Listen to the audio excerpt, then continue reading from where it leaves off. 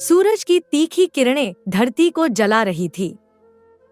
आसमान में एक भी बादल नहीं था जो राहत का साया दे सके। ऐसी तपती दोपहर में आदित्य जंगल के किनारे घास के मैदान में गाय भैंसों को चरा रहा था। उसका कुर्ता पसीने से भीग चुका था। चेहरे पर थकान की रेखाएं साफ नजर आ रही थी, लेकिन उसकी आंखों में जीवन के प्रति एक अजीब सा अटूट विश्वास झलकता था। आदित्य की उम्र मात्र 20 वर्ष की थी, लेकिन जीवन ने उसे इतने कठिन अनुभवों से गुजारा था कि उसका चेहरा अपनी उम्र से कहीं अधिक परिपक्व लगता था। 10 वर्ष की आयु में ही माता पिता के चले जाने के बाद से वह अकेला था, अनाथ था। गांव वालों ने उसे मनहूस का ठप्पा दे दिया था। कहते थे कि उसकी वजह से गांव में बारिश नहीं होती, फसलें सूख जाती हैं। आदित्य पानी के छोटे से तालाब के किनारे बैठकर गाय भैंसों को पानी पिलाते हुए अपने बचपन के दिनों को याद कर रहा था। तभी दूर से बलिया की आवाज सुनाई दी। बलिया गांव का सबसे अमीर किसानों में से एक था, जिसके पास सैकड़ों एकड़ जमीन थी और जो अपनी क्रूरता के लिए जाना जाता था। अरे ओ मनहूस, कब तक इन गाय भैंसों को चराकर अपना पेट भरेगा? बलिया ने आदित्य के पास आकर व्यंग्यात्मक स्वर में कहा। आदित्य ने धीरे से सिर उठाकर बलिया की ओर देखा। उसकी आंखों में दर्द था, लेकिन गुस्सा नहीं। वह जानता था कि गुस्सा करने से उसका भला नहीं होगा। बलिया भाई, आप तो जानते हैं कि मैं एक अनाथ हूँ। मेरे माता पिता तो कोई धन-धान्य छोड़कर नहीं गए। इस समय कोई व्यापार करने का साधन नहीं है मेरे पास। और क्या करूं? आदित्य ने विनम्रता से कहा। बलिया ठहाका लगाकर हंसा। उसकी हंसी में कुटिलता थी, निर्दयता थी। हा हा हा, अरे ओ अभागे, तू तो बड़ा किस्मत वाला है, नहीं? 10 साल का था जब माँ बाप मर गए और तब से गांव पर एक बोझ बना हुआ है। कुछ लोग तो यह भी कहते हैं कि गांव में बारिश नहीं हो रही है, बस तेरी मनहूस शक्ल की वजह से। आदित्य चुप रहा। उसकी आंखों में दर्द की गहराई और बढ़ गई। बलिया ने उसके कंधे पर थपथपाया, पर उसमें स्नेह नहीं, अपमान था। अरे भाई, एक काम करना, अपनी यह मनहूस शक्ल लेकर कहीं और क्यों नहीं चला जाता? अरे अपना भला नहीं कर सकता तो कम से कम गांव वालों का तो भला कर दे। बलिया एक बार फिर से जोर जोर से हंसा और वहां से चला गया। आदित्य सिर झुकाए खड़ा रहा। उसकी आंखों से एक आंसू टपका, जिसे उसने जल्दी से पोंछ लिया।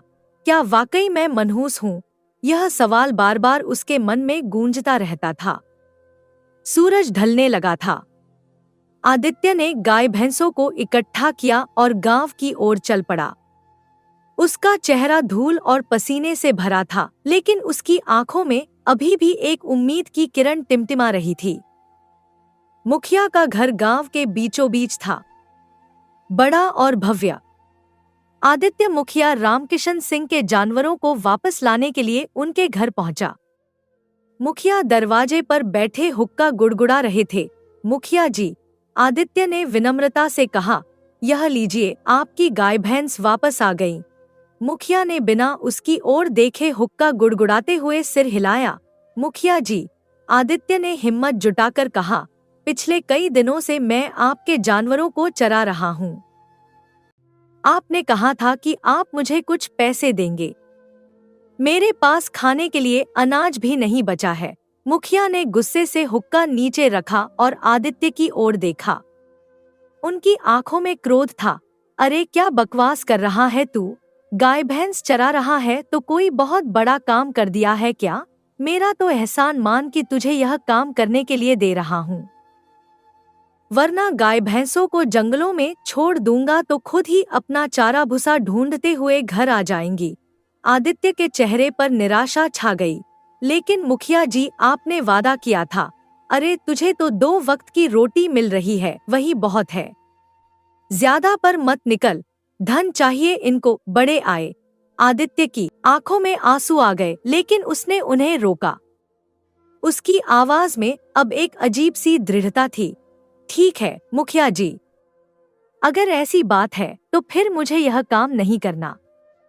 आपने यह काम देने से पहले कहा था कि आप मेहनताना देंगे। मैं सुबह से शाम तक जंगल में भरी धूप में जानवरों को चरा रहा हूँ, और बदले में क्या मिल रहा है मुझे? सिर्फ 2 वक्त की रोटी, बस। मुखिया की आंखें क्रोध से लाल हो गईं। अरे अरे अरे, अगर इतना बुरा लग रहा है तो भाई निकल जाना यहाँ से। तुझे किसने बंधुआ मजदूर बना के रखा है? जा, भाग यहाँ से। आदित्य चुपचाप वहां से चला गया।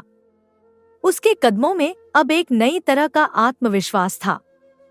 वह भूखा था, लेकिन अपमानित होने की तुलना में भूखा रहना उसे बेहतर लगा। उसी रात एक छोटी सी झोपड़ी में, जिसे वह अपना घर कहता था, आदित्य भूखा सोया। लेकिन उसके मन में एक नई उम्मीद जागी थी। वह अपनी स्थिति से बाहर निकलने का रास्ता ढूंढेगा, चाहे जो भी हो जाए। सुबह की पहली किरण के साथ ही आदित्य उठ गया। उसने अपने चेहरे पर पानी के छींटे मारे और तैयार हो गया। आज वह गांव के जमींदार के पास जाएगा। शायद वह उसे कोई काम दे दे। जमींदार की हवेली गांव के बाहरी छोर पर थी, विशाल और भव्य, जैसे वह अपने आप में एक छोटा गांव हो। आदित्य ने हिम्मत जुटाई और हवेली के मुख्य द्वार पर पहुंचा। कौन है? द्वारपाल ने कड़क आवाज में पूछा। मैं आदित्य हूँ, जमींदार साहब से मिलना चाहता हूँ। आदित्य ने विनम्रता से कहा। क्या काम है? काम की तलाश में आया हूँ। द्वारपाल ने उसे ऊपर से नीचे तक देखा, फिर उसे अंदर जाने की अनुमति दे दी। जमींदार दुर्गावीर सिंह अपने विशाल कमरे में एक आराम कुर्सी पर बैठे थे। उनके चारों ओर नौकर चाकर घूम रहे थे। जैसे ही आदित्य ने कमरे में प्रवेश किया, जमींदार की नजर उस पर पड़ी। अरे, तेरी हिम्मत कैसे हुई मेरी हवेली में कदम रखने की? बोल, कैसे आया तू? जमींदार ने गुस्से से पूछा। आदित्य ने विनम्रता से सिर झुकाकर प्रणाम किया। जमींदार जी, आपको प्रणाम है। मुझे काम चाहिए। आपके पास बहुत जमीन है। मैं किसी भी खेत में मेहनत से काम करूंगा। शिकायत का कोई मौका नहीं दूंगा। बस मुझे भगाइए मत, कुछ काम दे दीजिए। जमींदार ने गुस्से से अपना सिर पकड़ लिया। अरे मूर्ख, अभी तक तू समझा नहीं। पिछली बार तू धनिया चाचा के खेत में गया, खेत में लग गई आग, फसल जल गई। फिर तू गया सुखदेव के खेत में, फसल में लग गए कीड़े, फसल खराब हो गई। अब मेरे खेत की बारी है, लगता है भाई। आदित्य के चेहरे पर एक गहरा दर्द और अपमान का भाव झलका। उसकी आंखों में आंसू आ गए, लेकिन उसने उन्हें रोक लिया। देखिए जमींदार जी, आदित्य ने अपनी भरी हुई आवाज को संभालते हुए कहा, धनिया चाचा के खेत में आग इसलिए लगी क्योंकि वह भरी दोपहर में लकड़ी जलाकर भोजन बना रहे थे।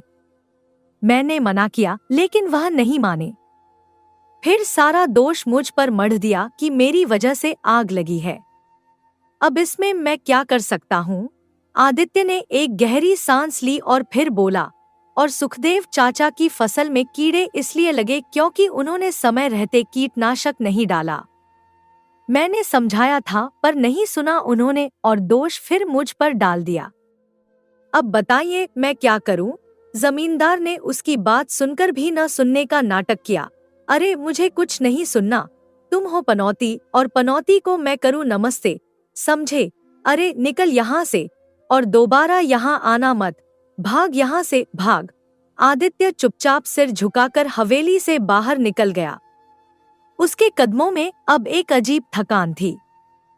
वह कुछ दूर चला तो सामने से मुखिया आता दिखा। मुखिया ने आदित्य को देखकर व्यंग्य से हंसना शुरू कर दिया। मैं जानता था कि तू जमींदार के पास जाएगा, और यह भी जानता था कि वो तुझे धक्के मारकर बाहर निकालेगा। तेरी शक्ल ही बता रही है सब कुछ कि वहां से डांट खाकर आया है। आदित्य चुप रहा। उसकी आंखों में एक अजीब सी लाचारी थी, लेकिन उसकी आत्मा अभी भी अटूट थी। मुखिया ने उसके कंधे पर हाथ रखा। लेकिन कोई बात नहीं, मैं जमींदार की तरह घमंडी नहीं हूँ। अभी भी मेरे जानवर अकेले हैं। तुझे एक और मौका देता हूँ। लेकिन हाँ, याद रहे इस बार भी तुझे पैसे नहीं मिलेंगे, 2 वक्त की रोटी मिलेगी। बोल। आदित्य ने गहरी सांस ली। उसके पास और कोई रास्ता नहीं था। ठीक है मुखिया जी, मेरे पास और कोई रास्ता नहीं है। ठीक है, ठीक है, लेकिन एक शर्त है। कल जो तू अकड़ कर गया था उसकी माफी मांगनी पड़ेगी। चल भाई, माफी मांग। आदित्य के चेहरे पर दर्द का भाव आया, लेकिन वह जानता था कि उसके पास और कोई विकल्प नहीं है।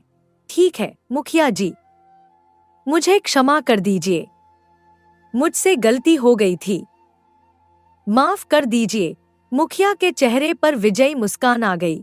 हाँ, अब जा, मेरे घर से गाय भैंस खोल और जंगल में निकल जा।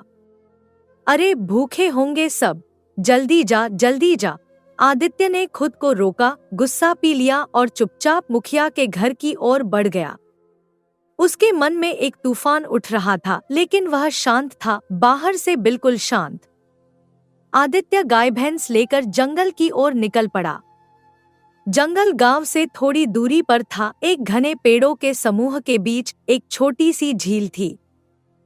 वहीं आदित्य आमतौर पर गाय भैंसों को लेकर जाता था। जंगल में पहुंचकर आदित्य ने गाय भैंसों को खोल दिया और एक पुराने बरगद के नीचे आकर चुपचाप बैठ गया। उसका चेहरा उदासी से भरा हुआ था। आज उसने अपने आत्मसम्मान को बेच दिया था, सिर्फ 2 वक्त की रोटी के लिए। मैं कितना कमजोर हूँ, उसने स्वयं से कहा।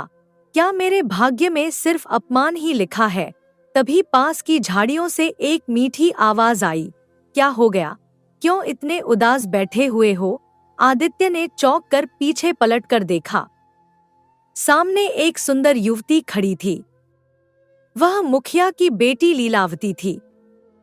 आदित्य के चेहरे पर उसकी उपस्थिति से एक हल्की मुस्कान आ गई, मगर वो जल्दी ही गंभीर हो गया। अरे तुम यहाँ क्यों आई हो लीला? आदित्य ने चिंतित स्वर में पूछा। अगर तुम्हारे पिताजी ने तुम्हें मेरे साथ देख लिया तो वो मुझे और ज्यादा अपमानित करेंगे और तुम्हें डांटेंगे। लीलावती के होठों पर एक शरारती मुस्कान खेल गई। एक तो प्रेम करते हो और ऊपर से डरते भी हो। सारे प्रेम करने वाले कभी किसी से डरते नहीं हैं। आदित्य की आंखों में एक अजीब चमक आई। मैं डरता नहीं हूँ लीला, बस अपने अपमान से, मतलब क्या कहूँ, जब भी मुझे कोई अपमानित करता है तो मेरे मन में कुछ ऐसा जलता है, मैं क्या बताऊं, जिसका अंदाजा तुम लगा ही नहीं सकती हो। उसने एक लंबी सांस ली। और वैसे भी तुम और मैं, हम दोनों में जमीन आसमान का फर्क है।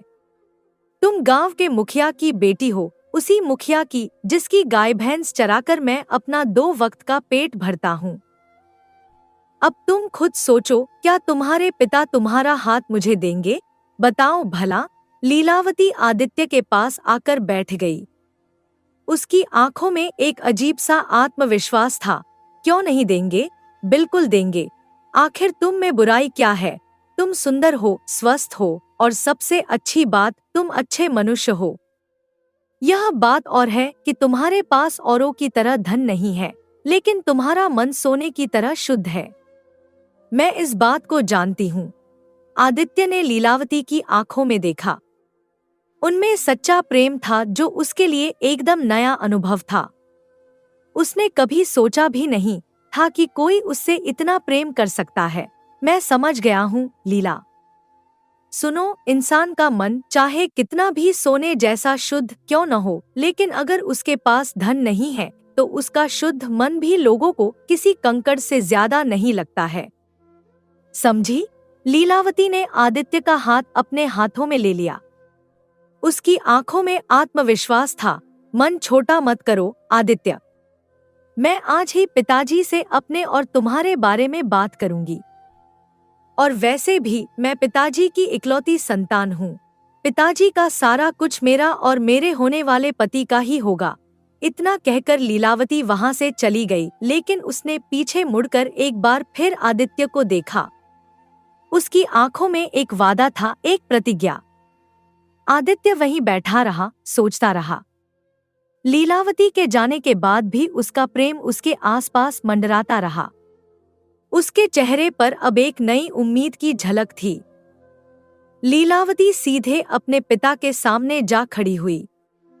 मुखिया रामकिशन अपने आंगन में बैठे खाना खा रहे थे। उन्होंने लीलावती को देखा और मुस्कुराए। क्या बात है बेटी, आज तुम्हारे चेहरे पर इतनी चमक क्यों है? लीलावती ने गहरी सांस ली और अपने पिता के सामने खड़ी हो गई। उसकी आंखों में दृढ़ता थी। पिताजी, मैं आदित्य से प्रेम करती हूँ और उससे विवाह करना चाहती हूँ। मुखिया के हाथ से रोटी का टुकड़ा छूट गया। उसका चेहरा एकदम लाल हो गया। वह अविश्वास से अपनी बेटी को देखने लगा। अरे यह क्या बकवास कर रही हो लीला? मुखिया ने क्रोध से कहा। अरे तुम उस 2 कौड़ी के मजदूर से प्रेम करती हो, यह जानते हुए भी कि वो गांव का सबसे गरीब आदमी है। मुखिया ने अपना सिर पकड़ लिया। अरे मेरे टुकड़ों में पल रहा है और मैं उसको, मतलब मैं क्या बोलूं? यह क्या है? लीलावती की आंखों में आग थी। वह अपने पिता के सामने बिना डरे खड़ी थी। पिताजी, अगर वो गरीब है तो इसमें उसकी क्या गलती है?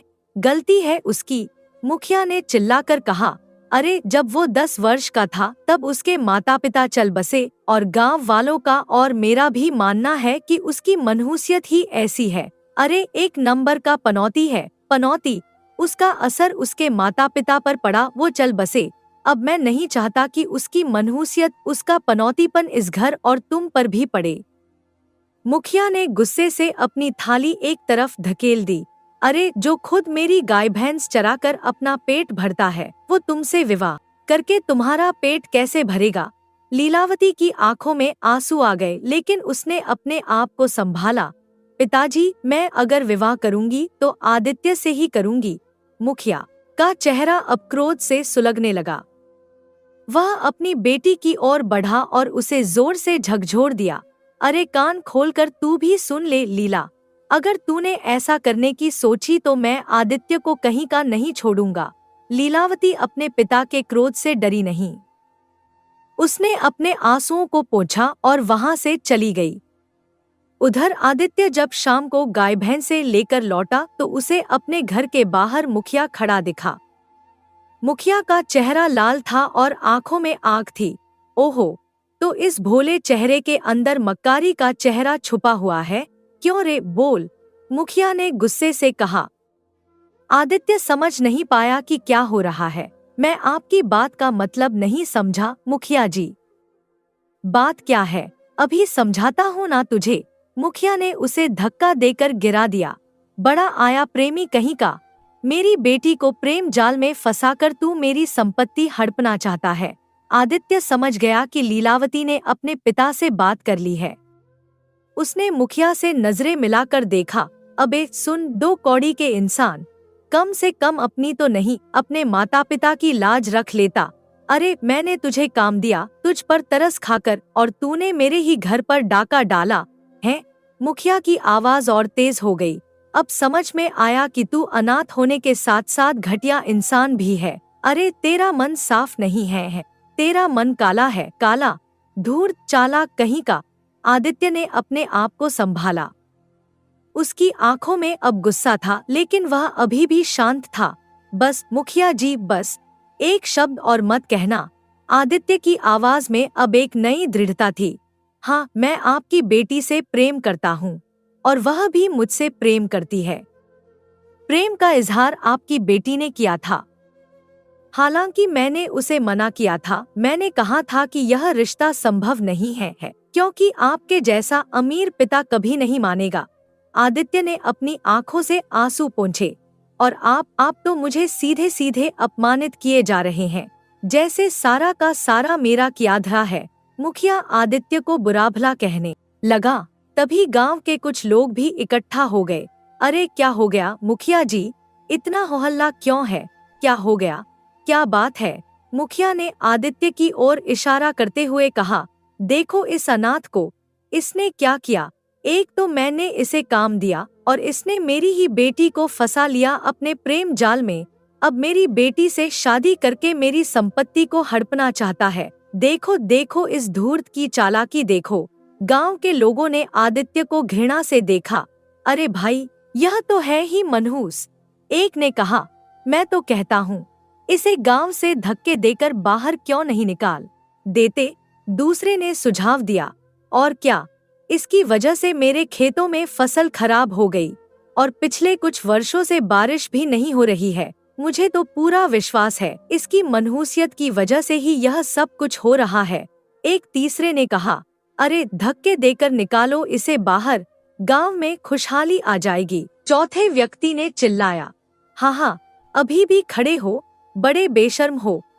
तुम जैसे लोग वाकई में जो इतनी बातें सुनने के बाद भी यहाँ खड़े हैं। अरे जाते क्यों नहीं हो? निकल जाओ यहाँ से, भागो। आदित्य चुपचाप झोपड़ी में चला गया। वो पूरी रात सोया नहीं, बस चुपचाप रोता रहा।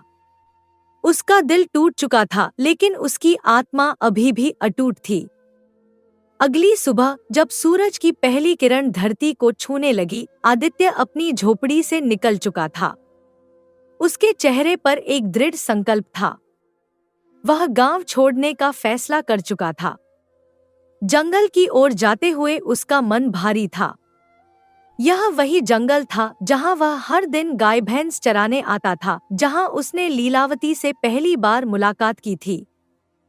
एक ऊंचे वृक्ष के नीचे बैठकर उसने आकाश की ओर देखा। उसकी आंखें भर आईं।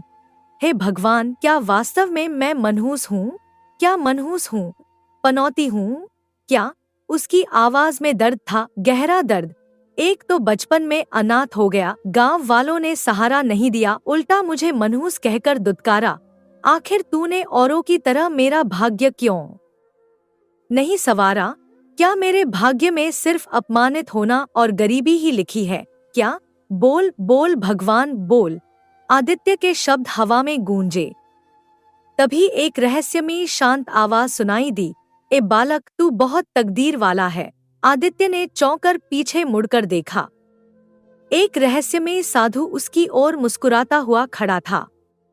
उसकी आंखें आदित्य की आत्मा को पढ़ रही थी। कौन? आप कौन हैं? और आप कहना क्या चाहते हैं? आदित्य ने पूछा। साधु ने मुस्कुराते हुए कहा, तेरे माथे पर तेज झलक रहा है। तू रो क्यों रहा है? तू तो बहुत ही तकदीर वाला है। रो मत बच्चे। आदित्य की आंखें नम हो गईं। वह आगे बढ़कर बोल पड़ा, अरे मजाक मत करो साधु महाराज, यह दुनिया मेरा मजाक उड़ाती है। जब मैं 10 वर्ष का था तब मेरे माता पिता इस संसार को अलविदा कह गए। तब से लेकर अब तक दूसरों की गुलामी करके अपना जीवन व्यतीत कर रहा हूँ। गांव वाले मुझे मनहूस कहते हैं और आप कह रहे हैं कि मैं तकदीर वाला हूँ। वाह! साधु की आंखों में एक अजीब सी चमक थी। वह आदित्य के पास आया और उसके सिर पर हाथ रखा। चिंता मत कर, तेरे भाग्य के सितारे पलटने वाले हैं। कुछ समय के बाद तुझे एहसास हो जाएगा कि तू वास्तव में एक तकदीर वाला है। इतना कहकर साधु जंगल की अंधेरी राह में लुप्त हो गया। आदित्य कुछ देर तक वहीं खड़ा रहा, सोचता रहा। फिर उसने एक गहरी सांस ली और फैसला किया, अब मैं गांव तो वापस नहीं जाऊंगा। जिस गांव में मेरे कदम मनहूस समझे जाते हों, वहां वापस जाने का मतलब है फिर से अपमानित होना। गांव तो बिल्कुल नहीं जाऊंगा। आदित्य ने ठान लिया और जंगल की गहराई में कदम बढ़ा दिए। उसके कदमों में एक नई उम्मीद और एक नई जिज्ञासा थी। आदित्य चलता चलता एक नए राज्य में पहुंच गया। वह कई दिनों से चल रहा था, बिना रुके, बिना थके। उसके पैरों में छाले पड़ गए थे, लेकिन उसके मन में अब भी वही दृढ़ संकल्प था। रास्ते में उसे एक यात्री मिला, एक मध्यम आयु का व्यक्ति जिसके कपड़े थके हुए थे, लेकिन आंखों में चमक थी। भाई, यह कौन सा राज्य है? आदित्य ने उससे पूछा। यात्री ने आश्चर्य से आदित्य को देखा। अरे, तुम्हें नहीं पता यह कौन सा राज्य है? अरे भाई, यह केशव नगर राज्य है और इसके राजा हैं राजा अजीत। तभी एक सैनिक वहां आ धमका। उसने अपना भाला घुमाया और यात्री की ओर इशारा किया। क्यों, कौन हो तुम? सैनिक ने कड़क आवाज में पूछा। यात्री डर गया। मैं विजयनगर राज्य का रहने वाला हूँ, एक यात्री हूँ। सैनिक ने अपना भाला यात्री के गले पर रख दिया। तुम्हें पता नहीं है क्या? विजयनगर के यात्री यहाँ आए तो कर देना पड़ता है। राजा अजीत को विजयनगर के राजा पसंद नहीं है, समझे? यात्री की आंखों में डर था, पर मेरे पास तो धन नहीं है। ये सुनकर सैनिक उसे बुरी तरह पीटने लगा। आदित्य ये दृश्य देख न सका और आगे बढ़ा। अरे बस करो, बस, बहुत हो गया। आदित्य ने सैनिक का हाथ पकड़ लिया। अगर तुम सैनिक हो तो इसका मतलब यह नहीं है कि तुम यात्रियों को यातनाएं दोगे, समझे? सैनिक ने क्रोध से आदित्य को देखा। तभी 2 और सैनिक वहां आ पहुंचे। अरे देखते क्या हो, यह भी स्वराज का नहीं लगता। पहले सैनिक ने कहा, अरे इसकी हिम्मत कैसे हुई मुझे धक्का देने की? पकड़ो साले को, पकड़, इसे घसीटते हुए राज दरबार में ले चलो, इसका फैसला तो महाराज करेंगे। चलो। सैनिक आदित्य को पकड़कर राज दरबार में ले गए। राजा अजीत सिंहासन पर गहरी सोच में बैठे थे। उनके बगल में मंत्री सूरज सिंह भी चिंतित था। आदित्य को सामने लाया गया। यह कौन है और इसे यहाँ क्यों लाया गया है? राजा ने गंभीर स्वर में पूछा। सैनिकों ने सारी घटना सुना दी। राजा ने आदित्य को गहराई से देखा, फिर एक गहरी सांस ली। हम इस समय बहुत ज्यादा चिंता में हैं। शायद तुम्हें पता नहीं, कल रात मेरी पुत्री राजकुमारी स्वप्नरेखा जंगल में टहलने गई थी। उसने एक वृक्ष से फूल तोड़ लिया और उस वृक्ष पर राक्षस का साया था। अब वह होश में नहीं आ रही है। राजा की आंखों में चिंता थी, गहरी चिंता। पर एक पहुंचे हुए साधु ने बताया कि उस पर राक्षस ने कब्जा जमा लिया है। स्वप्नरेखा तभी होश में आ सकती है जब नीली घाटी का विचित्र फूल लाकर उसके शरीर से स्पर्श कराया जाएगा। पर नीली घाटी में जाना मतलब है कि मौत को बुलावा देना। सुना है वहाँ परियां स्नान करती हैं और राक्षस भी रहते हैं। किसी मनुष्य का वहाँ जाना उन्हें पसंद नहीं है। आदित्य ने राजा की बात ध्यान से सुनी। अचानक उसके मन में एक विचार आया। महाराज, अगर मैं विचित्र पुष्प तोड़कर आपके सामने ले आऊं तो क्या आप मुझे छोड़ देंगे? राजा ने आश्चर्य से आदित्य को देखा। उनकी आंखों में उम्मीद की किरण जगी। अरे हाँ, बिल्कुल बिल्कुल, हम तुम्हें छोड़ देंगे और ऊपर से हम तुम्हें इनाम भी देंगे। आदित्य ने राजा की आंखों में देखा। उसने एक गहरी सांस ली।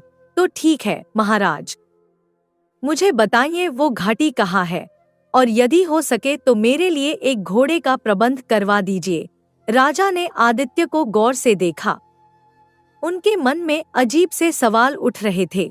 आखिर तुम मेरी पुत्री के लिए अपने प्राण क्यों खतरे में डाल रहे हो, जबकि मेरे राज्य के बड़े बड़े वीर भी चुपचाप चले गए? आदित्य की आंखों में एक अजीब सी चमक थी। उसने राजा से नजरें मिलाकर कहा, महाराज, यूं समझ लीजिए कि मैं आज तक किसी के काम नहीं आ सका। अगर मेरा जीवनदान आपकी पुत्री का जीवनदान बन सके तो मैं ऐसा कार्य जरूर करूंगा। कम से कम किसी के कुछ काम तो आओ। राजा अजीत भावुक हो गए। उन्होंने सैनिकों की ओर देखा। केशव नगर के दाईं ओर जंगल की गहराई में जाओ। जब अजीब अजीब सी आवाजें सुनाई देने लगे तो समझ जाना कि घाटी का रास्ता शुरू हो चुका है। समझ गए। सैनिकों ने आदित्य को बाहर ले जाकर एक घोड़ा सौंप दिया। यह घोड़ा सबसे तेज दौड़ने वाला है। अब यह तुम्हारा है। जरा संभल के। आदित्य ने घोड़े की ओर देखा। एक सुंदर काला घोड़ा था जिसकी आंखों में चमक थी। ठीक है, आदित्य ने कहा और घोड़े पर सवार हो गया। उधर दरबार में मंत्री ने चिंतित स्वर में कहा, महाराज, ऐसा भी तो हो सकता है कि वो युवक आपको मूर्ख बनाकर चला गया हो। राजा ने मंत्री की ओर देखा। उनकी आंखों में विश्वास था। नहीं नहीं नहीं मंत्री जी, हम वर्षों से शासन कर रहे हैं, आंखों को पढ़ना जानते हैं। उस युवक की आंखों में सच्चाई थी और बहादुरी भी। मूर्ख बनाने वाले को मैं तुरंत पहचान लेता हूँ। राजा ने एक गहरी सांस ली। अब या तो यह नीली घाटी में मरेगा या फिर यह पुष्प लेकर आएगा। आदित्य घोड़े पर सवार होकर नीली घाटी की ओर निकल पड़ा। उसके मन में डर था, लेकिन साथ ही एक अजीब सा साहस भी था। कुछ घंटों की यात्रा के बाद वह जंगल के उस हिस्से में पहुंच गया जहां पेड़ बहुत घने थे और रास्ता बहुत संकरा हो गया था। जैसे ही आदित्य नीली घाटी के नजदीक पहुंचा, जंगल अजीबोगरीब आवाजों से गूंजने लगा। ऐसी आवाजें जैसे कोई उसे देख रहा हो, जैसे कोई उसका इंतजार कर रहा हो। ये कैसी आवाजें हैं? जैसे कोई मुझे देख रहा हो। आदित्य ने अपने आसपास देखा। घने पेड़ों के बीच कुछ हिलता दिखा। उसका दिल जोर से धड़कने लगा। बाप रे बाप, घने पेड़ों के बीच कुछ तो है। घोड़ा अचानक एक पेड़ की जड़ से टकराया और आदित्य नीचे गिर गया। वह जमीन पर पड़ा था और ऊपर आसमान में उसे एक विशालकाय पक्षी की परछाई दिखाई दी जो उसके ऊपर मंडरा रही थी। ये पक्षी है या कोई राक्षस? बाप रे बाप, ये तो कितना विशाल है। पक्षी नीचे उतरा। उसकी आंखें चमक रही थी, लेकिन वो हिंसक नहीं लगता था। आदित्य ने धीमे से उसके पैरों को पकड़ लिया। पक्षी ने बिना कुछ कहे उड़ान भरी और आदित्य को अपने साथ ऊपर ले गया। आदित्य की सांस थम गई। वह हवा में था, एक विशालकाय पक्षी के पंजों में, और नीचे घाटी थी, नीली रोशनी से जगमगाती हुई। पक्षी ने आदित्य को झील के किनारे उतार दिया और बिना कुछ बोले उड़ गया। आदित्य ने चारों ओर देखा। घाटी में चारों ओर नीली धुंध फैली थी। पानी से हल्की नीली रोशनी निकल रही थी। झील में दो सुंदर परियां स्नान कर रही थी। उनके पंख चमक रहे थे। परियों ने आदित्य को देखा। मनुष्य, क्या तुम्हें नहीं पता कि यहाँ आना मना है? यहाँ परियों की घाटी है, एक परी ने क्रोध से कहा। आदित्य ने विनम्रता से सिर झुकाया। मुझे क्षमा कर दीजिए देवी, मैं जानता हूँ कि यह स्थान पवित्र है, पर मेरी यात्रा केवल एक जीवन की रक्षा के लिए है। केशव नगर की राजकुमारी स्वप्न रेखा पर एक राक्षसी साया है। केवल इस झील का पुष्प ही उसकी रक्षा कर सकता है। परी ने आदित्य की ओर देखा, उसकी आंखों में गहराई से देखा। राजकुमारी स्वप्नरेखा को तुमने देखा भी नहीं, फिर भी उसके लिए यहाँ तक आ गए हो? आदित्य ने सच्चे दिल से कहा। किसी की जान बचाना मनुष्य का कर्तव्य होता है। अगर मैं उसकी सहायता कर सकता हूँ तो यह मेरा सौभाग्य होगा। परियां आपस में फुसफुसाईं। फिर बड़ी परी ने आदित्य की ओर देखा। अगर तुम्हारा मन सच में निष्कलंक है तो हम तुम्हें फूल दे सकते हैं, लेकिन पहले एक प्रश्न का उत्तर दो। सही उत्तर मिला तो पुष्प तुम्हारा होगा और गलत उत्तर मिला तो तुम जलकर भस्म हो जाओगे। आदित्य ने गहरी सांस ली। मैं तैयार हूँ। आप पूछिए, प्रश्न पूछिए। परी ने अपनी आंखें बंद की और फिर धीरे से बोली। प्रश्न यह है, वो कौन सी वस्तु है जो जितनी अधिक बांटी जाए उतनी ही बढ़ती जाती है? आदित्य ने एक पल भी न सोचते हुए उत्तर दिया। प्रेम। प्रेम ही एकमात्र वस्तु है जो जितना अधिक बांटोगे उतना ही बढ़ता जाएगा। अचानक एक रंग-बिरंगी किरण झील से निकलती है और जल के ऊपर एक पीला पुष्प धीरे धीरे ऊपर आता है। सही उत्तर। तुम्हारा मन सोने की तरह शुद्ध है। परी ने प्रसन्नता से कहा। यह रहा पुष्प, इसे छुओ और तुम वहीं पहुंच जाओगे जहां से आए थे। आदित्य ने पीले पुष्प को दोनों हाथों से उठाया। पुष्प का स्पर्श करते ही उसके शरीर में एक अजीब सी गर्मी फैल गई। उसने आंखें बंद की और जैसे ही उसने पुष्प को छुआ, अगले ही पल आदित्य घोड़े सहित महल के मुख्य द्वार के बाहर खड़ा था। वह स्तब्ध रह गया। क्या यह सब सच था? क्या वह वाकई नीली घाटी गया था? उसने अपने हाथों में देखा। हाँ, पुष्प वही था, चमकता हुआ अद्भुत पीला पुष्प। आदित्य महल में चला गया और राजा अजीत के समक्ष पुष्प रख दिया। राजा की आंखें चौड़ी हो गईं। उन्होंने अविश्वास से पुष्प को देखा। वाह युवक, तुमने वाकई में कर दिखाया। यह वही पुष्प है जिसकी खोज में कई वीर लौटकर नहीं आए। अद्भुत, चमत्कार, गजब, बहुत बढ़िया, बहुत बढ़िया। राजा अजीत तुरंत पुष्प को उठाकर राजकुमारी स्वप्नरेखा के कक्ष की ओर दौड़े। आदित्य भी उनके पीछे पीछे गया। राजकुमारी स्वप्नरेखा एक सुंदर पलंग पर लेटी थी। उसका चेहरा पीला पड़ चुका था और आंखें बंद थी। राजा ने पुष्प को उसके शरीर पर स्पर्श कराया। जैसे ही पुष्प उसकी त्वचा से स्पर्श किया, उसकी आंखें धीरे धीरे खुलने लगी। राजकुमारी स्वप्नरेखा की आंखें खुल गईं और वह अपने पिता को देखकर मुस्कुराई। पिताश्री, उसने कमजोर आवाज में कहा। राजा अजीत की आंखों में खुशी के आंसू आ गए। उन्होंने आदित्य की ओर इशारा किया। तुम नायक हो युवक, नायक, और तुम्हारे इस बहादुरी का ऋण वाकई में हम कभी नहीं चुका पाएंगे। लेकिन अगले ही पल स्वप्नरेखा की आंखों में विचित्र चमक दौड़ गई और उसका चेहरा अचानक भयानक और रौद्र हो गया। हाँ, ये क्या हो रहा है? ये क्या हो रहा है? राजा ने घबराकर कहा। महाराज, यह तो कोई अपशगुन लगता है, मंत्री सूरज सिंह ने डरते हुए कहा। अचानक कमरे के कोनों से काला धुआं उठने लगा और उसमें से एक राक्षस प्रकट हो गया। उसकी आंखें लाल थीं और उसका चेहरा भयानक था। मूर्ख राजा अजीत, राक्षस ने गर्जना की। क्या तुझे लगा कि तू नीली घाटी के विचित्र जादुई पीले पुष्प को अपनी बेटी के शरीर पर छूकर उसे ठीक कर देगा? इसकी आंखें तो खुल गईं, उसकी आत्मा अब भी मेरी कैद में है। राजा अजीत का चेहरा पीला पड़ गया। तू है कौन? कौन है तू? राक्षस ने भयानक ठहाका लगाया। मैं हूँ राक्षस, उसी वृक्ष का स्वामी जहाँ से तेरी पुत्री ने यह फल तोड़ा था। वर्षों से मेरी आत्मा उस वृक्ष से जुड़ी हुई है। जिसने भी उस वृक्ष के फल को तोड़ा है वो जीवित नहीं बचा। हाँ हाँ हाँ। राजा के चेहरे पर भय का भाव आ गया। 2 दिन बाद अमावस्या है, राक्षस ने आगे कहा।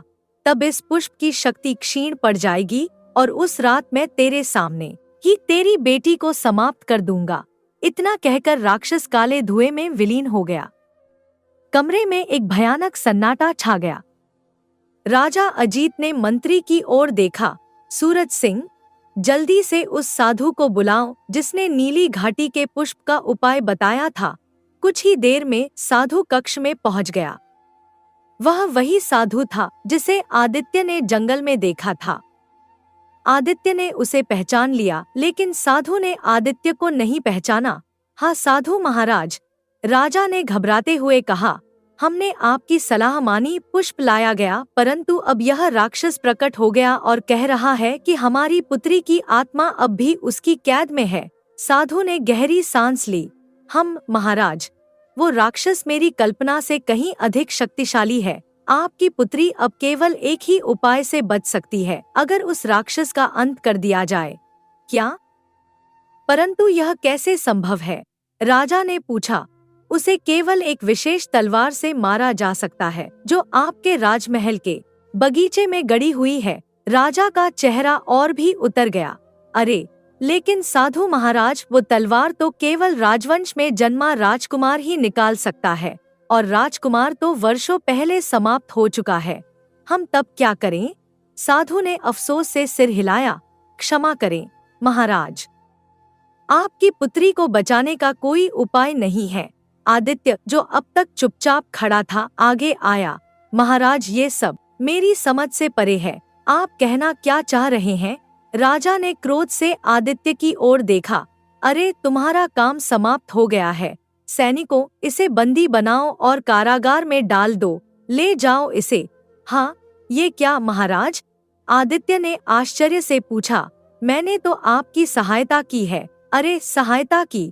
तुमने पुष्प लाकर केवल आधा कार्य किया।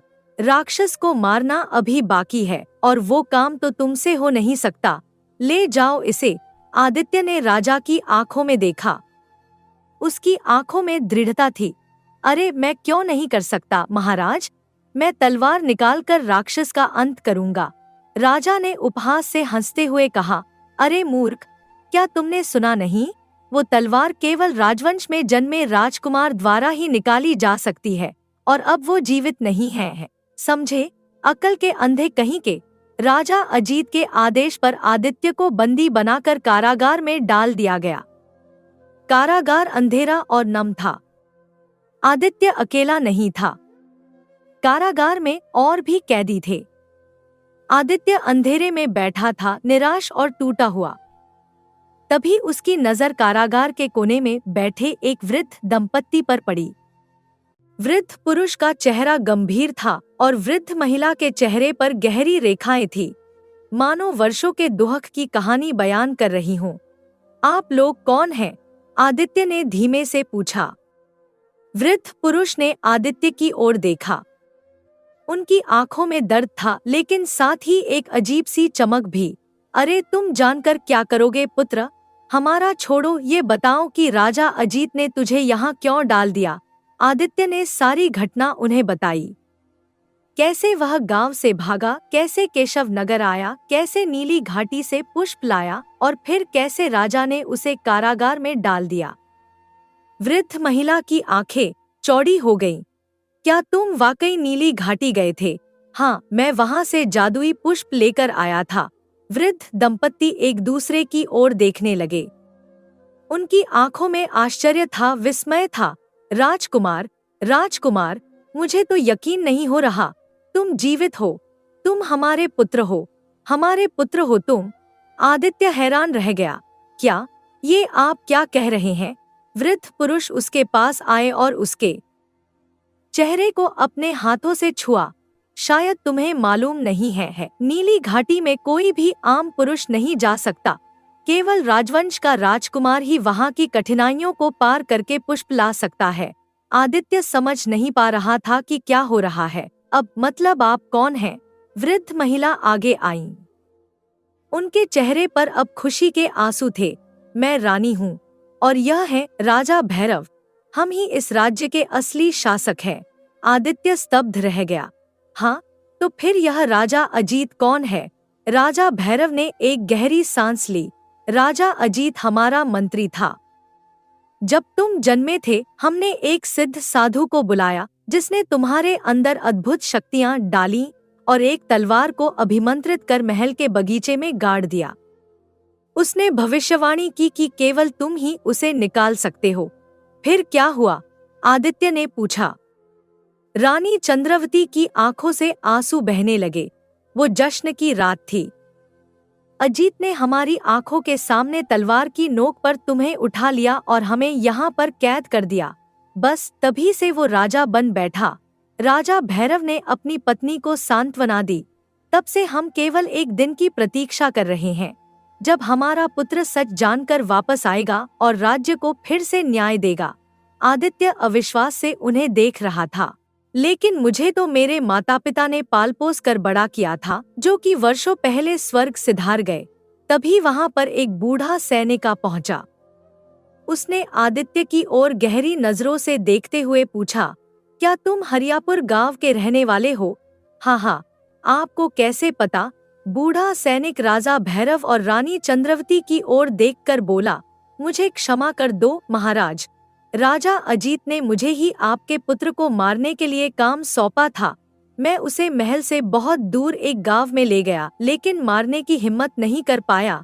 बूढ़े सैनिक की आंखों में पश्चाताप था। मैंने देखा कि जंगल में दंपत्ति बैठे हुए थे, जो संतान न होने की वजह से आपस में बातचीत कर रहे थे, एक दूसरे का दुख बांट रहे थे। मैंने राजकुमार को वहीं छोड़ा और आ गया। यह सुनकर आदित्य को विश्वास हो गया कि वह राजा भैरव और रानी चंद्रवती का ही असली पुत्र है। उसकी आंखों से आंसू बहने लगे। उसने अपने माता पिता को गले लगा लिया। 2 दिन ऐसे ही बीत गए। आदित्य ने अपने असली माता पिता राजा भैरव और रानी चंद्रवती के साथ समय बिताया। उन्होंने उसे अपने बचपन की कहानियां सुनाई, उसके जन्म के समय की खुशियों के बारे में बताया। लेकिन अमावस की रात स्वप्न रेखा के कक्ष में अचानक वही भयानक गर्जना के साथ राक्षस प्रकट हो गया। राजा अजीत, अब मैं तेरी पुत्री को मार डालूंगा। राजा अजीत दौड़ते हुए कक्ष में आ गया। उसके पीछे मंत्री सूरज सिंह भी था। नहीं नहीं नहीं, स्वप्नरेखा को कुछ मत करना, वो हमारी बेटी है, उसे कुछ मत करो, राजा ने गिड़गिड़ाते हुए कहा। राक्षस ने भयानक ठहाका लगाया। तेरे आंसू अच्छे नहीं लगते राजा, वैसे भी तूने यह राज्य छल से हड़पा था। अरे तू एक धोखेबाज शासक है, मंत्री सूरज सिंह गंभीर स्वर में बोला। महाराज, वो युवक जिसे हमने कारागार में बंद करवाया था, हो सकता है कि वही हमारी आखिरी उम्मीद हो। वही युवक जो नीली घाटी से पुष्प लेकर आया था, हो सकता है वह तलवार भी निकाल ले। राजा अजीत ने एक पल सोचा, फिर उसने मंत्री की ओर देखा। ठीक है। मंत्री सूरज सिंह तेजी से सीढ़ियां उतरते हुए कारागार पहुंच गया। आदित्य दीवार से टिककर बैठा हुआ था। आदित्य, मंत्री ने हांफते हुए कहा, हमें आपकी सहायता चाहिए। आदित्य कुछ देर तक विचार में रहा, फिर उठ खड़ा हुआ। उसने अपने माता पिता की ओर देखा। उन्होंने उसे आशीर्वाद दिया। आदित्य को राजमहल के बगीचे में ले जाया गया। वहां एक विशेष तलवार जमीन में गड़ी हुई थी। आदित्य ने चुपचाप तलवार की ओर हाथ बढ़ाया। एक तेज रोशनी चमकी और तलवार अपने आप आदित्य के हाथ में आ गई। तलवार से नीली आभा निकल रही थी। राजा अजीत और मंत्री सूरज सिंह स्तब्ध रह गए। उन्होंने अविश्वास से यह दृश्य देखा। आदित्य हाथ में चमकती तलवार के साथ राजकुमारी के कक्ष में आ पहुंचा। राक्षस ने उसे देखा और भयानक गर्जना की, तू फिर आ गया, अब तो मैं तुझे खत्म कर दूंगा। आदित्य बिना कुछ बोले राक्षस पर टूट पड़ा। भीषण युद्ध हुआ। राक्षस ने आग की लपटें फेंकी, काली छाया फैलाई, लेकिन आदित्य की तलवार में अद्भुत शक्ति थी। और अंत में आदित्य ने तलवार घुमाकर राक्षस का अंत कर दिया। राक्षस एक भयानक चीख के साथ काले धुएं में बदल गया और हवा में विलीन हो गया। राजकुमारी स्वप्नरेखा की आंखें खुल गईं। उसके चेहरे पर अब एक स्वस्थ चमक थी। वह उठकर बैठ गई और आदित्य की ओर देखा। आपने मुझे बचाया, धन्यवाद। राजा अजीत, मंत्री और सभी उपस्थित लोग स्तब्ध होकर आदित्य को देख रहे थे। यह तलवार तो सिर्फ राजवंश का असली राजकुमार ही निकाल सकता है। यह कैसे संभव हुआ? राजा अजीत ने पूछा। क्योंकि मैं ही इस राज्य का असली उत्तराधिकारी हूँ। तभी महल के द्वार से राजा भैरव और रानी चंद्रवती प्रकट होते हैं। उन्हें कारागार से मुक्त कर दिया गया था। देखा अजीत, राजा भैरव ने कहा, मेरा मन कहता था कि मेरा पुत्र जीवित है और आज वो हमारे सामने खड़ा है। राजकुमारी स्वप्नरेखा के कक्ष में अब एक अजीब सा सन्नाटा था। राक्षस के विलीन होने के बाद सभी लोग स्तब्ध रह गए थे। राजा अजीत सिंहासन से उतरकर एक कोने में खड़े थे। उनका चेहरा पीला पड़ चुका था। उन्होंने यह कभी नहीं सोचा था कि वह युवक जिसे उन्होंने कारागार में डाल दिया था, वही अभिमंत्रित तलवार निकाल पाएगा। मंत्री सूरज सिंह ने अपनी श्वेत दाढ़ी को सहलाते हुए आदित्य की ओर देखा। उनकी आंखों में आश्चर्य और सम्मान का भाव था। तभी दरबार के विशाल द्वार पर कदमों की आवाज सुनाई दी। एक बूढ़ा सैनिक, जिसके बाल सफेद हो चुके थे और चेहरे पर उम्र की लकीरें स्पष्ट दिखाई दे रही थी, धीरे धीरे अंदर आया। उसके कदमों में अब वह तेजी नहीं थी जो एक समय हुआ करती थी, लेकिन उसकी आंखों में अब भी एक प्रकाश था जो सत्य के उजागर होने की खुशी दर्शा रहा था।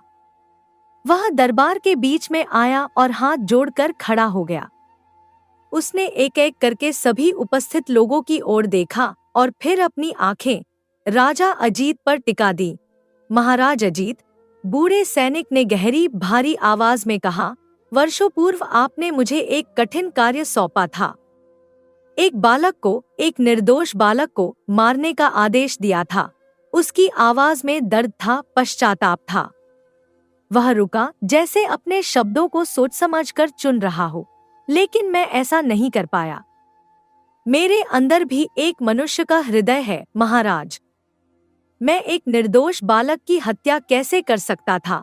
उस दिन मैंने अपना कर्तव्य नहीं निभाया, या शायद मैंने अपना वास्तविक कर्तव्य निभाया। बूढ़े सैनिक की आंखें नम हो गई थी।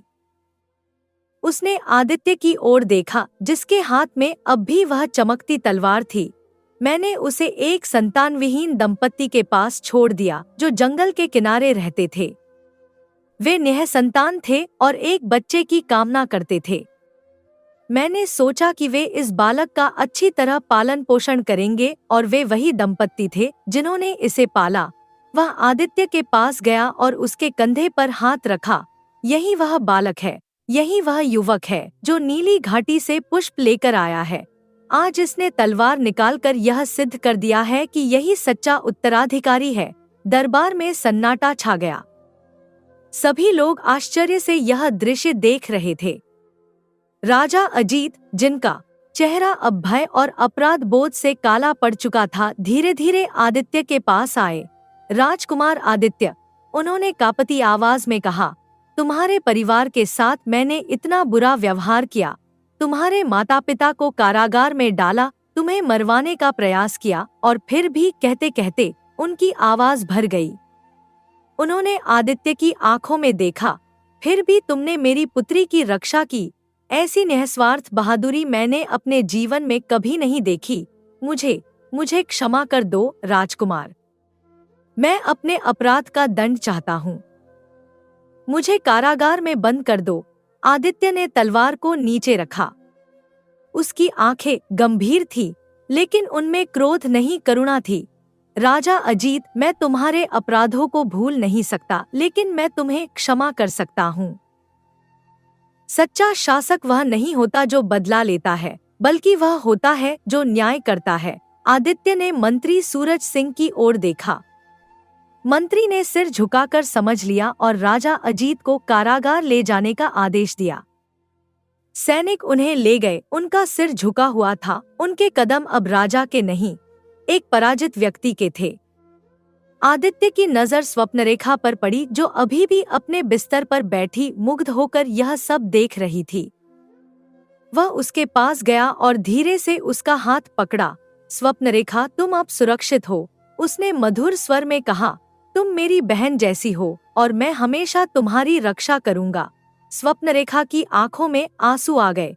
धन्यवाद राजकुमार, आपने मुझे एक नया जीवन दिया है। इस बीच राजा भैरव ने अपने पुत्र को गले लगाया और फिर उसके सिर पर हाथ रखकर दरबार में उपस्थित सभी लोगों की ओर मुड़े। आज से उन्होंने गंभीर स्वर में घोषणा की, मेरा पुत्र राजकुमार आदित्य इस राज्य का उत्तराधिकारी है। वह हमारा खोया हुआ रत्न है जो आज वापस लौट आया है। दरबार में उपस्थित सभी लोगों ने तालियां बजाईं। राजकुमार आदित्य की जय, राजकुमार आदित्य की जय के नारे गूंजने लगे। प्रजा में उत्साह की लहर दौड़ गई। राजकुमार आदित्य ने अपने माता पिता के साथ बिताया हुआ समय, उनकी कहानियां और उनका स्नेह, सब कुछ उसे नया नया लग रहा था। लेकिन उसके मन में एक अधूरापन था, एक चिंता थी। एक सुबह राजा भैरव और रानी चंद्रवती के सामने वह विनम्रता से खड़ा हुआ। उसने अपने माता पिता से कहा, मैं अपने गांव जाना चाहता हूँ। राजा भैरव ने आश्चर्य से अपने पुत्र को देखा। गांव? किस लिए पुत्र? आदित्य की आंखों में चमक थी। वहाँ कुछ अधूरा है पिताजी, कुछ ऐसा जिसे मैं पूरा करना चाहता हूँ। रानी चंद्रवती ने अपने पुत्र के हाथ अपने हाथों में लिए। क्या बात है आदित्य, तुम किसी चिंता में लगते हो? आदित्य ने अपनी माता की आंखों में देखा। माँ, वहाँ एक व्यक्ति है, एक युवती जिससे मैं प्रेम करता हूँ। मुखिया की बेटी लीलावती। राजा और रानी ने एक दूसरे की ओर देखा और मुस्कुराए। तो इसलिए तुम्हारी आंखों में यह चमक है। राजा ने प्यार से कहा, जाओ पुत्र, अपने प्रेम को वापस ले आओ। हम तुम्हारा स्वागत करेंगे। अगले दिन राजकुमार आदित्य अपने साथ एक विशाल सेना और भव्य रथ लेकर अपने गांव की ओर निकल पड़े। वे सूर्यास्त से कुछ समय पहले गांव पहुंचे। गांव के लोग दूर से ही सेना के आने की आवाज सुन चुके थे। वे भयभीत होकर अपने अपने घरों में छिप गए। मुखिया रामकिशन सिंह गांव के प्रवेश द्वार पर आए। उनके चेहरे पर चिंता के भाव थे। जैसे ही राजकुमार आदित्य का रथ गांव के प्रवेश द्वार पर पहुंचा, मुखिया ने हाथ जोड़कर प्रणाम किया। स्वागत है महाराज, उन्होंने कहा, हमारे गांव में आपका स्वागत है। कृपया बताएं, हम आपकी क्या सेवा कर सकते हैं?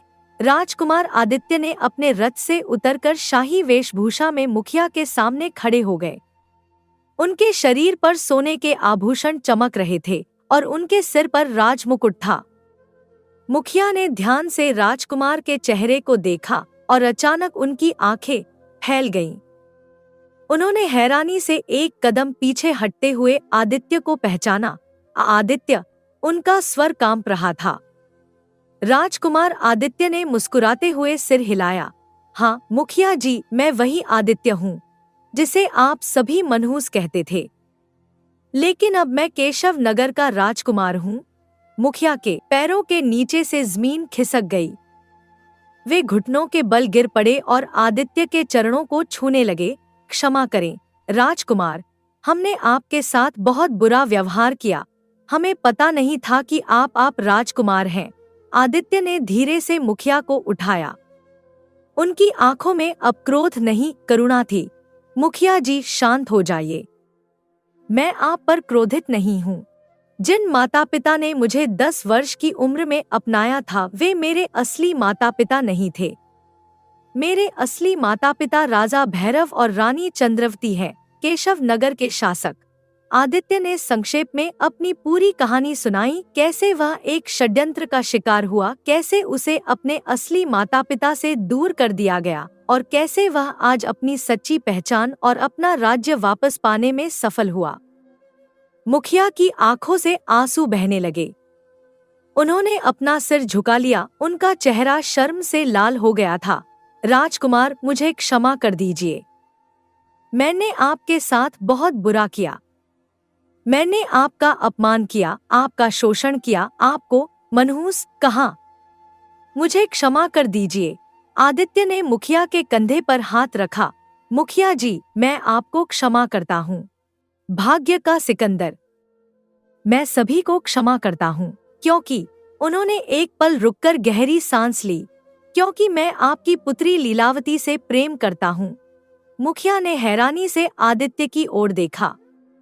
उनके मुंह से शब्द नहीं निकल रहे थे। इस बीच गांव के लोग अपने अपने घरों से बाहर आ गए थे। वे चकित होकर यह दृश्य देख रहे थे।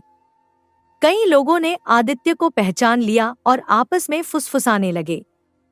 बलिया, जिसने हमेशा आदित्य का अपमान किया था, शर्म से सिर झुकाए खड़ा था।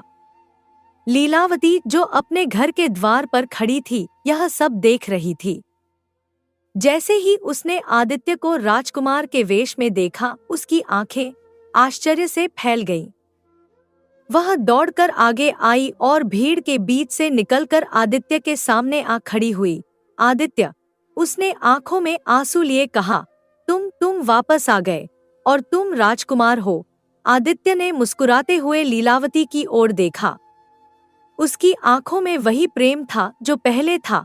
हाँ लीला, उसने धीरे से कहा, मैं वापस आ गया हूँ तुम्हारे लिए, क्योंकि मैं तुमसे प्रेम करता हूँ। लीलावती ने आदित्य की ओर एक कदम बढ़ाया, लेकिन फिर रुक गई। उसकी आंखों में डर और संकोच था। लेकिन अब तुम राजकुमार हो और मैं तो सिर्फ एक गांव की साधारण लड़की हूँ। आदित्य ने लीलावती का हाथ अपने हाथों में लिया। लीला, तुमने मुझे तब स्वीकार किया था जब मैं सिर्फ एक गरीब अनाथ लड़का था जिसे सब मनहूस कहते थे। तुमने मुझ में वह देखा जो और कोई नहीं देख पाया। तुमने मेरे मन की शुद्धता को पहचाना। और अब मैं राजकुमार हूँ, लेकिन मेरा हृदय वही है जो पहले था। मैं तुमसे वही प्रेम करता हूँ जो पहले करता था।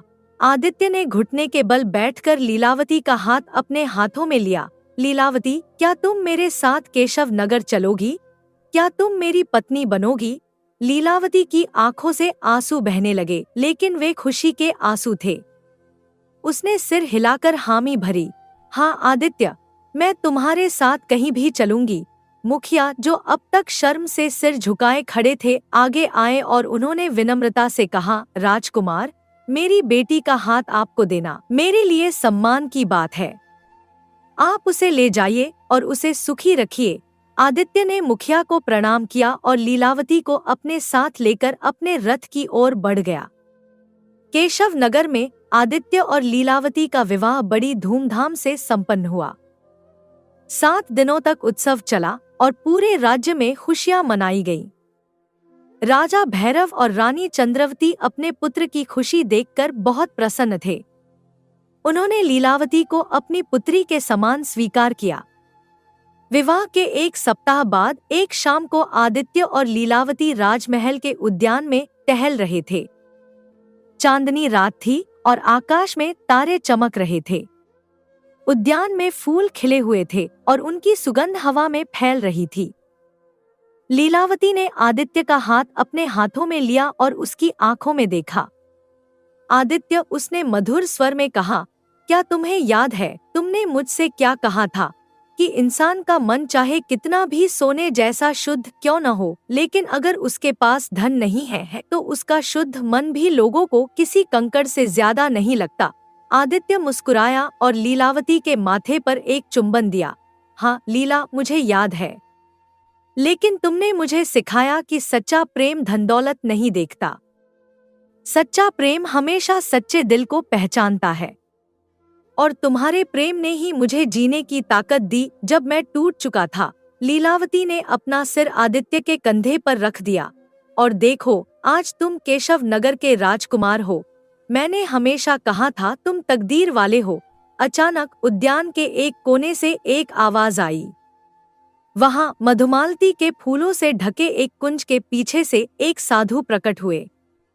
वह वही साधु थे जिन्होंने आदित्य को जंगल में कहा था कि वह तकदीर वाला है। साधु की दाढ़ी लंबी और सफेद थी, उनकी आंखें गहरी और ज्ञान से भरी हुई थी। उन्होंने आदित्य और लीलावती की ओर देखकर मुस्कुराते हुए कहा, क्या कहा था मैंने कि तू तकदीर वाला है। देख कितनी मुसीबतें आईं, फिर भी तू बच गया और एक बार फिर से राजकुमार बना। आदित्य ने साधु की ओर देखा, उसकी आंखों में कृतज्ञता के आंसू थे। आपने सही कहा था साधु महाराज, मैं वास्तव में तकदीर वाला हूँ। लेकिन आप कौन हैं? आपने मुझे पहचाना कैसे? साधु मुस्कुराए, उनकी आंखों में एक रहस्यमयी चमक थी। मैं तो बस एक साधारण साधु हूँ जो तुम्हारे भाग्य के तारों को पढ़ सकता है। और मैंने तेरे माथे पर तेज देखा था, वही तेज जो एक राजा के माथे पर होता है। साधु ने आदित्य और लीलावती को आशीर्वाद दिया और फिर धीरे धीरे उद्यान के पीछे रात की गहराई में विलीन हो गए, जैसे वे कभी वहां थे ही नहीं। आदित्य और लीलावती ने एक दूसरे की ओर देखा और मुस्कुराए। उनकी आंखों में खुशी थी और उनके दिलों में प्यार। साधु ने सच कहा था, आदित्य ने धीरे से कहा, मैं वास्तव में एक तकदीर वाला हूँ, क्योंकि मुझे तुम मिली हो लीला, और तुम मेरे जीवन का सबसे बड़ा सौभाग्य हो। लीलावती ने आदित्य का हाथ अपने हाथों में लेकर उसकी आंखों में देखा, और तुम मेरे जीवन का सबसे बड़ा सौभाग्य हो आदित्य। हमारा प्रेम हमेशा ऐसे ही बना रहेगा, चाहे हम राजमहल में रहें या झोपड़ी में। राजकुमार आदित्य अपनी प्यारी पत्नी लीलावती के साथ मिलकर मुस्कुराने लगे। उनके चेहरे पर एक नई आभा थी, एक नया विश्वास था। साधु ने सच कहा था, आदित्य वास्तव में एक तकदीर वाला था। और इस तरह गांव का वह मनहूस लड़का जिसे सब तिरस्कार की नजर से देखते थे, आज केशव नगर का राजकुमार बन गया था। उसकी कहानी हमें सिखाती है कि जीवन में कितने भी कष्ट क्यों न आए, अगर हम अपने मन को शुद्ध रखें और साहस से आगे बढ़े तो हम अपने भाग्य को भी बदल सकते हैं। जीवन एक पहिएदार रथ की तरह है, कभी ऊपर कभी नीचे, लेकिन अगर हमारा मन मजबूत है तो हम हर परिस्थिति में अपनी राह निकाल सकते हैं और एक दिन हम अपने भाग्य के सिकंदर बन सकते हैं। दोस्तों, एक और नई कहानी की ओर बढ़ने से पहले कृपया इस चैनल को सब्सक्राइब करके मेरा हौसला बढ़ाइए। तो शुरू करते हैं दिल को छू लेने वाली एक और कहानी। सूरज की पहली किरणें जब नगर की सड़कों पर पड़ी तो एक सुंदर स्त्री अपने घर की खिड़की से बाहर देख रही थी। सितारा, जिसका नाम उसकी असाधारण सुंदरता के अनुरूप था, अपने पति कल्लू धोबी की ओर कठोर नजरों से देख रही थी। उसकी मुद्रा में अजीब सी बेचैनी थी और वह आसमान की ओर ऐसे देख रही थी जैसे वहां से कोई चमत्कार होने वाला हो। क्या हुआ सितारा, सब कुछ ठीक तो है? कल्लू ने चिंतित होकर पूछा। तुम तो आज शादी में गई थी ना? सितारा की आंखों में एक अलग ही उदासी झलक रही थी। वह बिना अपने पति की ओर देखे दूर कहीं देखते हुए बोली, हाँ, मैं गई तो थी। कल्लू ने अपनी पत्नी के चेहरे पर पसरी उदासी को भांपते हुए पूछा, क्या वहाँ कोई ऐसी बात हो गई जिससे तुम दुखी हो गई? सितारा ने एक लंबी सांस भरी और फिर धीरे से बोली, मुझे तो अपनी किस्मत और तुम्हारे इस धोबी के काम पर हमेशा से ही दुख है। ना जाने मेरी शादी तुम जैसे धोबी से कैसे हो गई। कल्लू मुस्कुराया। उसे अपनी पत्नी की इस प्रतिक्रिया की आदत थी। अरे, यह दुख तो पुराना है। मुझे लगा शायद कोई नई बात हो गई होगी। सितारा अचानक जोश में आ गई। उसकी आंखों में एक चमक आई जो उसकी सुंदरता को और भी निखार रही थी। जिस शादी में मैं आज गई थी, वहां मेरी जैसी सुंदर एक भी औरत नहीं थी, लेकिन फिर भी मुझे किसी ने नहीं पूछा। उसने अपनी मुद्रा में गर्व भरते हुए कहा, पर राज ज्योतिषी की पत्नी, जिसने कीमती कपड़े और गहने पहने थे, सब उसी को पूछ रहे थे। आज मुझे मालूम हुआ कि शान शौकत और दौलत के सामने सुंदरता का कोई मोल नहीं है। सितारा अपने पति के करीब आई और उसका हाथ पकड़ लिया। उसकी आंखों में अब एक नया संकल्प था, इसलिए तुम भी ऐसा कोई काम करो जिससे हम मालदार हो जाए। मैं भी कम से कम राज ज्योतिषी की पत्नी की तरह अपने आप को सजा संवार सकूं। कल्लू ने अपना हाथ छुड़ाते हुए कहा, यह तुम्हारी फिजूल की बातें मेरी समझ से बाहर हैं। हम जिस भी हालात में हैं, हमें उसमें खुश रहना चाहिए। मेरे लिए तो यही बहुत है कि तुम कितनी सुंदर हो। सितारा ने अपना चेहरा मोड़ लिया। उसकी आवाज में एक तीखापन आ गया था। तुम्हारी यही बातें मुझे अच्छी नहीं लगती। हालांकि मेरी किस्मत में बहुत दौलत है, पर तुम्हारे नेक स्वभाव के कारण मुझे आज तक वह दौलत नहीं मिली। अचानक उसकी आंखों में एक खतरनाक चमक आ गई। अगर आज तुमने मेरी बात नहीं मानी तो उसका परिणाम अच्छा नहीं होगा। समझे तुम? क्या करना है मुझे? कल्लू ने थोड़ा डरते हुए पूछा। तुम आज के आज ही ज्योतिषी का काम शुरू कर दो, क्योंकि इस काम में बहुत पैसा है। तभी मेरी सारी इच्छाएं पूरी हो सकेंगी और तुम भी खुश रह सकोगे। समझे? कल्लू हैरान रह गया। उसने अपनी आंखें फाड़कर पत्नी को देखा। क्या तुम जानती नहीं हो, मैं एक धोबी हूँ, और वह भी बिल्कुल अनपढ़। भला बिना किसी शिक्षा के मैं ज्योतिषी कैसे बन सकता हूँ? सितारा ने अपना हाथ उठाकर कल्लू को चुप करा दिया। मुझे कुछ नहीं मालूम कि तुम किस तरह से ज्योतिष विद्या की शिक्षा लोगे। अगर कल तक तुम ज्योतिषी नहीं बने तो मैं यह घर छोड़कर चली जाऊंगी और तुमसे रिश्ता तोड़ दूंगी। समझ लेना। कल्लू के चेहरे पर चिंता की लकीरें उभर आईं। वह सोच में डूब गया। मेरा ज्योतिष का काम बिल्कुल नहीं चलेगा, क्योंकि मुझे इसके बारे में कुछ भी नहीं पता। और फिर बाद में अगर मैं धोबी के काम पर वापस आऊंगा तो लोग मुझ पर हंसेंगे। यहाँ तक कि अपने कपड़े भी मुझे धोने के लिए नहीं देंगे। तब मैं क्या करूंगा? मेरी रोजी रोटी का क्या होगा? कल्लू ने हर तरह से अपनी पत्नी को समझाया और आने वाली मुसीबतों के बारे में बताया, मगर सितारा ऐसी औरत थी जो बिल्कुल भी नहीं मानी। उसके मन में तो राज ज्योतिषी की पत्नी के ठाठ बाट और उनकी शान शौकत की बातें छाई हुई थी। अगले दिन सुबह होते ही सितारा ने अपने पति से कहा, तो मैं अभी के अभी यह घर छोड़कर जा रही हूँ। तुमसे मेरा कोई रिश्ता नहीं है। बेचारा कल्लू अब क्या कर सकता था? वह अपनी पत्नी से बहुत प्यार करता था और नहीं चाहता था कि सितारा उसे छोड़कर चली जाए। उसके पास जो भी थोड़े बहुत पैसे थे, उन पैसों से उसने बाजार से एक जंतरी खरीदी और उसे एक लाल रंग के कपड़े में लपेटा। यह सब सामान लेकर वह बाजार में जा पहुंचा और फिर ऊंची ऊंची आवाजें लगाने लगा, मैं ज्योतिषी हूँ, मैं चांद सितारों और नक्षत्रों की भाषा जानता हूँ, किसी के भी भूत, वर्तमान और भविष्य के बारे में बता सकता हूँ, पैदा होने से लेकर मरने तक का हाल सुना सकता हूँ। उसकी ऐसी बातें सुनकर लोगों की भीड़ उसके आसपास इकट्ठा हो गई। जो लोग धोबी को जानते थे, उन्होंने जब कल्लू को ऐसी हालत में देखा तो उन्हें बड़ी हैरानी हुई और वे लोग कल्लू धोबी का मजाक उड़ाने लगे। उनमें से एक बोला, धोबी, लगता है कपड़े धोते धोते तुम्हारा दिमाग खराब हो गया है, तुम्हें वैद्य से अपना इलाज करवाना चाहिए। दूसरा आदमी मुस्कुराते हुए बोला, भाई यह बढ़िया है, तुमने धोबी का काम छोड़कर ज्योतिषी बनने की सोच ली, सबको मालूम है कि तुम एक धोबी हो। तीसरा व्यक्ति जो वहां खड़ा था, उसने भी अपना मुंह बनाकर कहा, बड़ी हैरानी की बात है, आजकल तो लोग अपने ही शहर वालों को बेवकूफ बना रहे हैं, देखो तो धोबी ने क्या बहरूपिया बनाया है।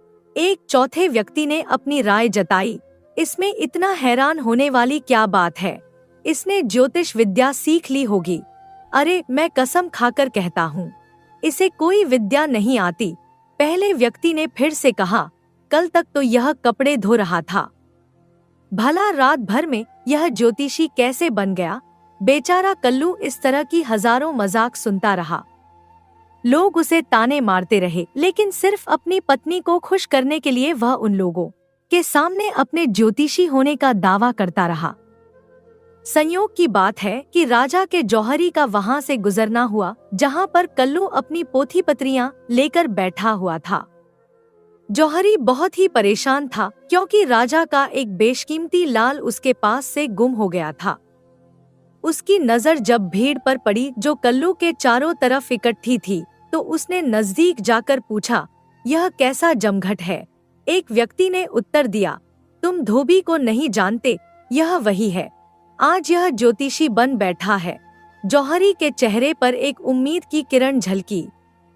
वह तुरंत कल्लू के पास गया और उसने अपनी सारी परेशानी बताई। श्रीमान ज्योतिषी, जौहरी ने विनयपूर्वक कहा, अगर आप वास्तव में ज्योतिष विद्या जानते हैं और इसके माहिर हैं, तो कल तक राजा के लाल का पता जरूर लगा दीजिए। मैं आपको इस काम के बदले में 200 अशर्फियां दूंगा। फिर उसने अपने स्वर को कुछ कड़ा करते हुए कहा, लेकिन यह काम अगर आप नहीं कर पाए तो मैं आपको धोखेबाजी के जुर्म में शहर के कोतवाल को कहकर कारागार में डलवा दूंगा। बेचारा गरीब कल्लू यह शर्त सुनकर घबरा गया और जौहरी का मुंह ताकने लगा। कुछ देर तक कल्लू के मुंह से कोई बात नहीं निकली और फिर जौहरी कल आने का कहकर वहां से चला गया। बाजार की भीड़ भी अब तितर-बितर हो चुकी थी। कुछ देर तक तो कल्लू सन्नाटे में ही खड़ा रहा। असल में बात यह थी कि राजा का वह लाल जौहरी की पत्नी ने ही चुराया था और उसे इस बात का डर था कि जौहरी इसका पता लगा लेगा। इसलिए जौहरी की पत्नी ने अपनी एक नौकरानी को जौहरी पर नजर रखने के लिए कहा था और वह नौकरानी उस समय भेष बदलकर इस बाजार में घूम रही थी ताकि वह जौहरी पर नजर रख सके। कल्लू भयभीत था। वह अपने आप से बड़बड़ाने लगा, मेरी पत्नी जिससे मैं इतना प्यार करता हूँ, उसी ने मुझे इस खतरनाक धंधे में फंसा दिया। उसी के कारण मैं एक ऐसी मुसीबत में फंसा हूँ कि कैदखाने जाने तक की नौबत आ गई है। इन्हीं सब बातों का ख्याल करते हुए वह जोर से चिल्ला पड़ा, अरे औरत, यह जो भी हुआ तेरी ही बेवकूफी की वजह से हुआ। तेरे जैसी पत्नी होने से अच्छा है कि आदमी कुंवारा मर जाए।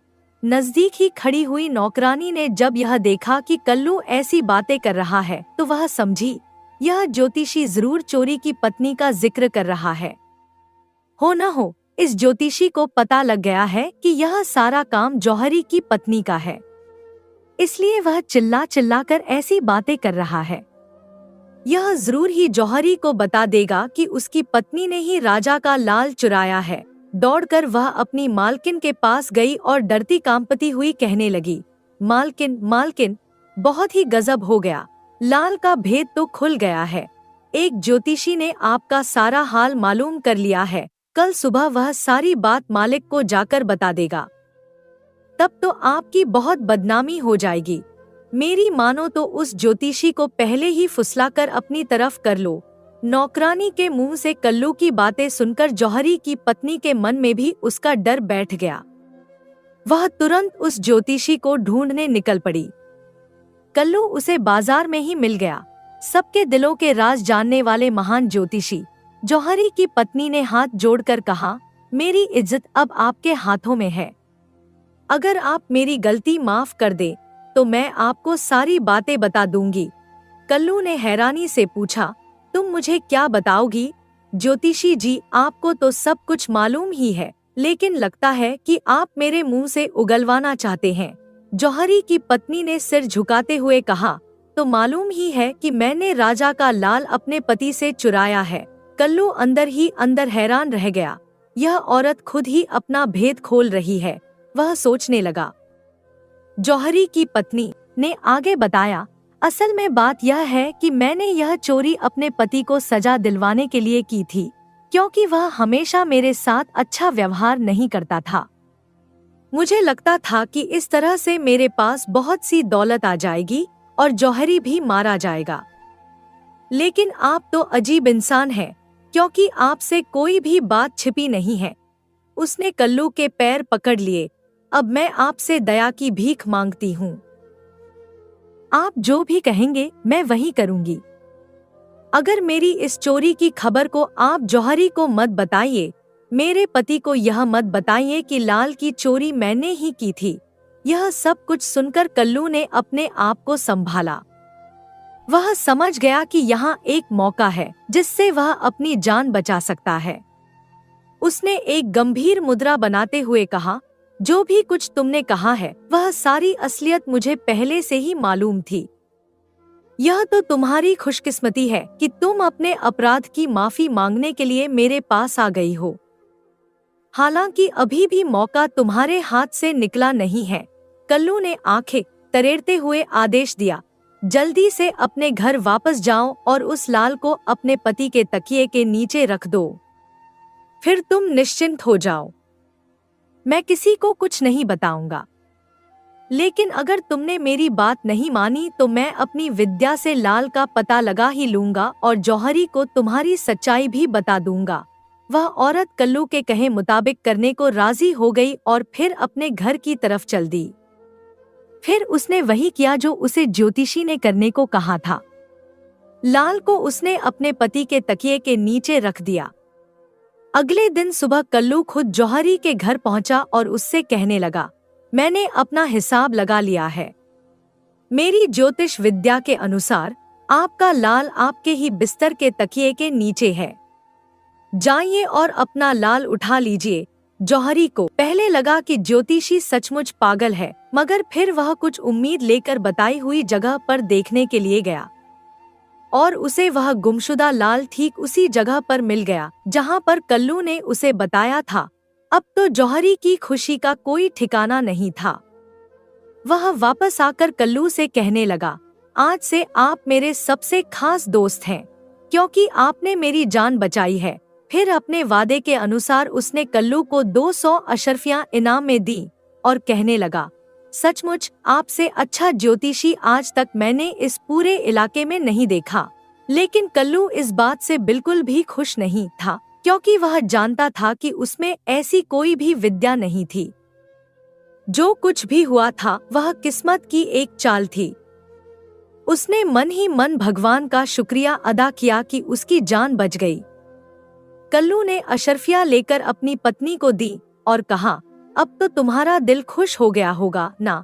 मुझे उम्मीद है कि अब तुम मेरी जान को खतरे में नहीं डालोगी। अरे इसमें खतरा कैसा? सितारा ने हाथ हिलाते हुए कहा। कल्लू ने अपनी सारी बात अपनी पत्नी को सुना दी। उसकी पत्नी पर इसका कोई असर नहीं पड़ा और वह कहने लगी, मेरे प्यारे पतिदेव, इस काम में इतनी ज्यादा कमाई है कि आपको इसे जारी तो रखना ही होगा। कल्लू ने उसे काफी समझाने की कोशिश की। इस बार तो किस्मत ने साथ दिया, परंतु हर बार ऐसा नहीं होगा, इसलिए अब मैं दोबारा इस काम पर नहीं जाऊंगा। परंतु उसकी लालची पत्नी रो रोकर कहने लगी, लगता है तुम मुझे बिल्कुल भी प्यार नहीं करते। अब तो मैं जरूर ही तुम्हें छोड़कर चली जाऊंगी, देखना तुम। उसकी आंसुओं से कल्लू का दिल पिघल गया और वह एक बार फिर से अपनी किस्मत आजमाने को तैयार हो गया। अगली सुबह उसने एक बार फिर से अपनी पोथी पत्री उठाई और बाजार में जा पहुंचा। वह आवाज लगाने लगा, मैं ज्योतिषी हूँ, दिलों के राज जानता हूँ। भूतकाल भविष्यकाल सब कुछ बताता हूँ। इधर बाजार में अब माहौल पूरी तरह से बदल चुका था। पूरे इलाके में यह बात फैल गई थी कि कल ज्योतिषी ने गुमशुदा लाल का पता जौहरी को बता दिया था। जब वह बाजार में पहुंचा तो एक बार फिर से उसके आसपास भीड़ जमा हो गई, परंतु आज कोई भी उसका मजाक नहीं उड़ा रहा था। तभी वहां से एक बहुत ही सुंदर लड़की गुजरी। वह इस शहर के नगर सेठ की बेटी थी और राजा की बेटी राजकुमारी की सहेली भी थी। इस समय वह राजमहल से ही वापस आ रही थी, लेकिन अपना बेशकीमती हार और कानों की बालियां कहीं पर रखकर वह भूल गई थी। उसी के बारे में सोचती हुई वह घर वापस जा रही थी। कल्लू के चारों तरफ जमा भीड़ को देखकर उसने एक आदमी से पूछा, यह कौन है और इतनी भीड़ क्यों है यहाँ पर? लोगों ने उन्हें कल्लू ज्योतिषी का सारा हाल बताया कि यह पहले धोबी था और अब भगवान की कृपा से यह ज्योतिषी बन गया है, और कैसे उसने जौहरी का गुमशुदा लाल ढूंढ निकाला। लोगों की बात सुनकर उस लड़की को कल्लू की ज्योतिष विद्या पर पूरा विश्वास हो गया। वह उसके पास गई और उसे अपने गुमशुदा जेवरों के बारे में बताया। श्रीमान ज्योतिषी, उसने विनम्रता से कहा, क्या आप अपनी ज्योतिष विद्या के दम पर मेरे जेवरों का पता लगा सकते हैं? अगर लगा सकते हैं तो आपकी बहुत मेहरबानी होगी। इस काम के लिए मैं आपको 50 अशर्फियां दूंगी। यह सुनकर बेचारा कल्लू घबरा गया और सोचने लगा, कोई न कोई बहाना बनाकर इस लड़की को यहाँ से टाल देना चाहिए। भला मैं कैसे जेवरों का पता लगा सकता हूँ? अचानक उसकी नजर पास ही एक गुलाब के फूल पर पड़ी और वह अपनी सोच से बाहर आकर बोला, क्या सुंदर गुलाब है! क्या तुमने गुलाब को देखा? यह शब्द सुनते ही लड़की की आंखें चमक उठीं और उसे याद आ गया। हाँ, मुझे याद आ गया। वह उत्साह से बोली, मैंने अपने जेवर शाही बाग के सरोवर में नहाने से पहले उतारे थे और उन्हें एक पोटली में बांधकर वहीं पर गुलाब की झाड़ियों में छिपा दिया था। हाँ पक्का, मुझे याद आ गया। वह खुशी में आकर बोली, ओह नेक दिल इंसान, थोड़ी देर यहीं पर रुकिए और मेरा इंतजार कीजिए, मैं अभी आती हूँ। वापस आने के बाद मैं आपको आपका इनाम दूंगी। यह कहकर वह वहां से चली गई। जब थोड़ी ही देर के बाद वह वापस आई तो उसके हाथ में एक पोटली थी जिसमें बेशकीमती हार और कानों की बालियां थी। उसने कल्लू को 50 अशर्फियां दी और कहने लगी, ज्योतिषी जी, यह आपका इनाम है। सचमुच आप दुनिया के सारे भेद जानते हैं। मुझे तो बिल्कुल भी याद नहीं आ रहा था कि मैंने अपने जेवर कहाँ रखे थे। अगर आप मुझे इनका पता न बताते तो मुझे कभी भी मालूम नहीं पड़ता। जिस वक्त आपने कहा कि क्या तुमने गुलाब को देखा है, तो मुझे फौरन ही शाही बगीचे के सरोवर के पास के गुलाब की झाड़ियों की याद आ गई, जहां पर मैंने जेवर नहाने से पहले उतार कर छुपाए थे। सच में मुझे सब कुछ आपकी कोशिशों के कारण ही तो मिला है। भगवान आपका हमेशा भला करे। यह कहकर वह अपने घर को चली गई। कल्लू एक बार फिर अपनी जान बच जाने के कारण भगवान का धन्यवाद करने लगा और इस बार उसने पक्का इरादा कर लिया था, मैं लालच में आकर अब अपनी जान जोखिम में डालने का काम नहीं करूंगा। मगर उसकी सुंदर और लालची पत्नी मानने के लिए राजी नहीं थी। उसकी पत्नी ने एक बार फिर अपने पति को धमकियां देना शुरू कर दिया और उसे ज्योतिषी का काम जारी रखने को कहा। पर कल्लू जानता था कि यह सब किस्मत का खेल है कि 2 बार वह अपने आप को ज्योतिषी साबित करने में सफल हो पाया है। अगले दिन पूरे शहर में यह खबर फैल गई कि शाही खजाने में से 5 संदूक हीरे और जवाहरात से भरे हुए थे जो चोरी हो गए हैं। राजा का खजांची, शहर का कोतवाल चोरों का पता लगाने के लिए पूरी जी जान से लगे हुए थे, मगर चोरों का कोई भी सुराग नहीं मिल पा रहा था।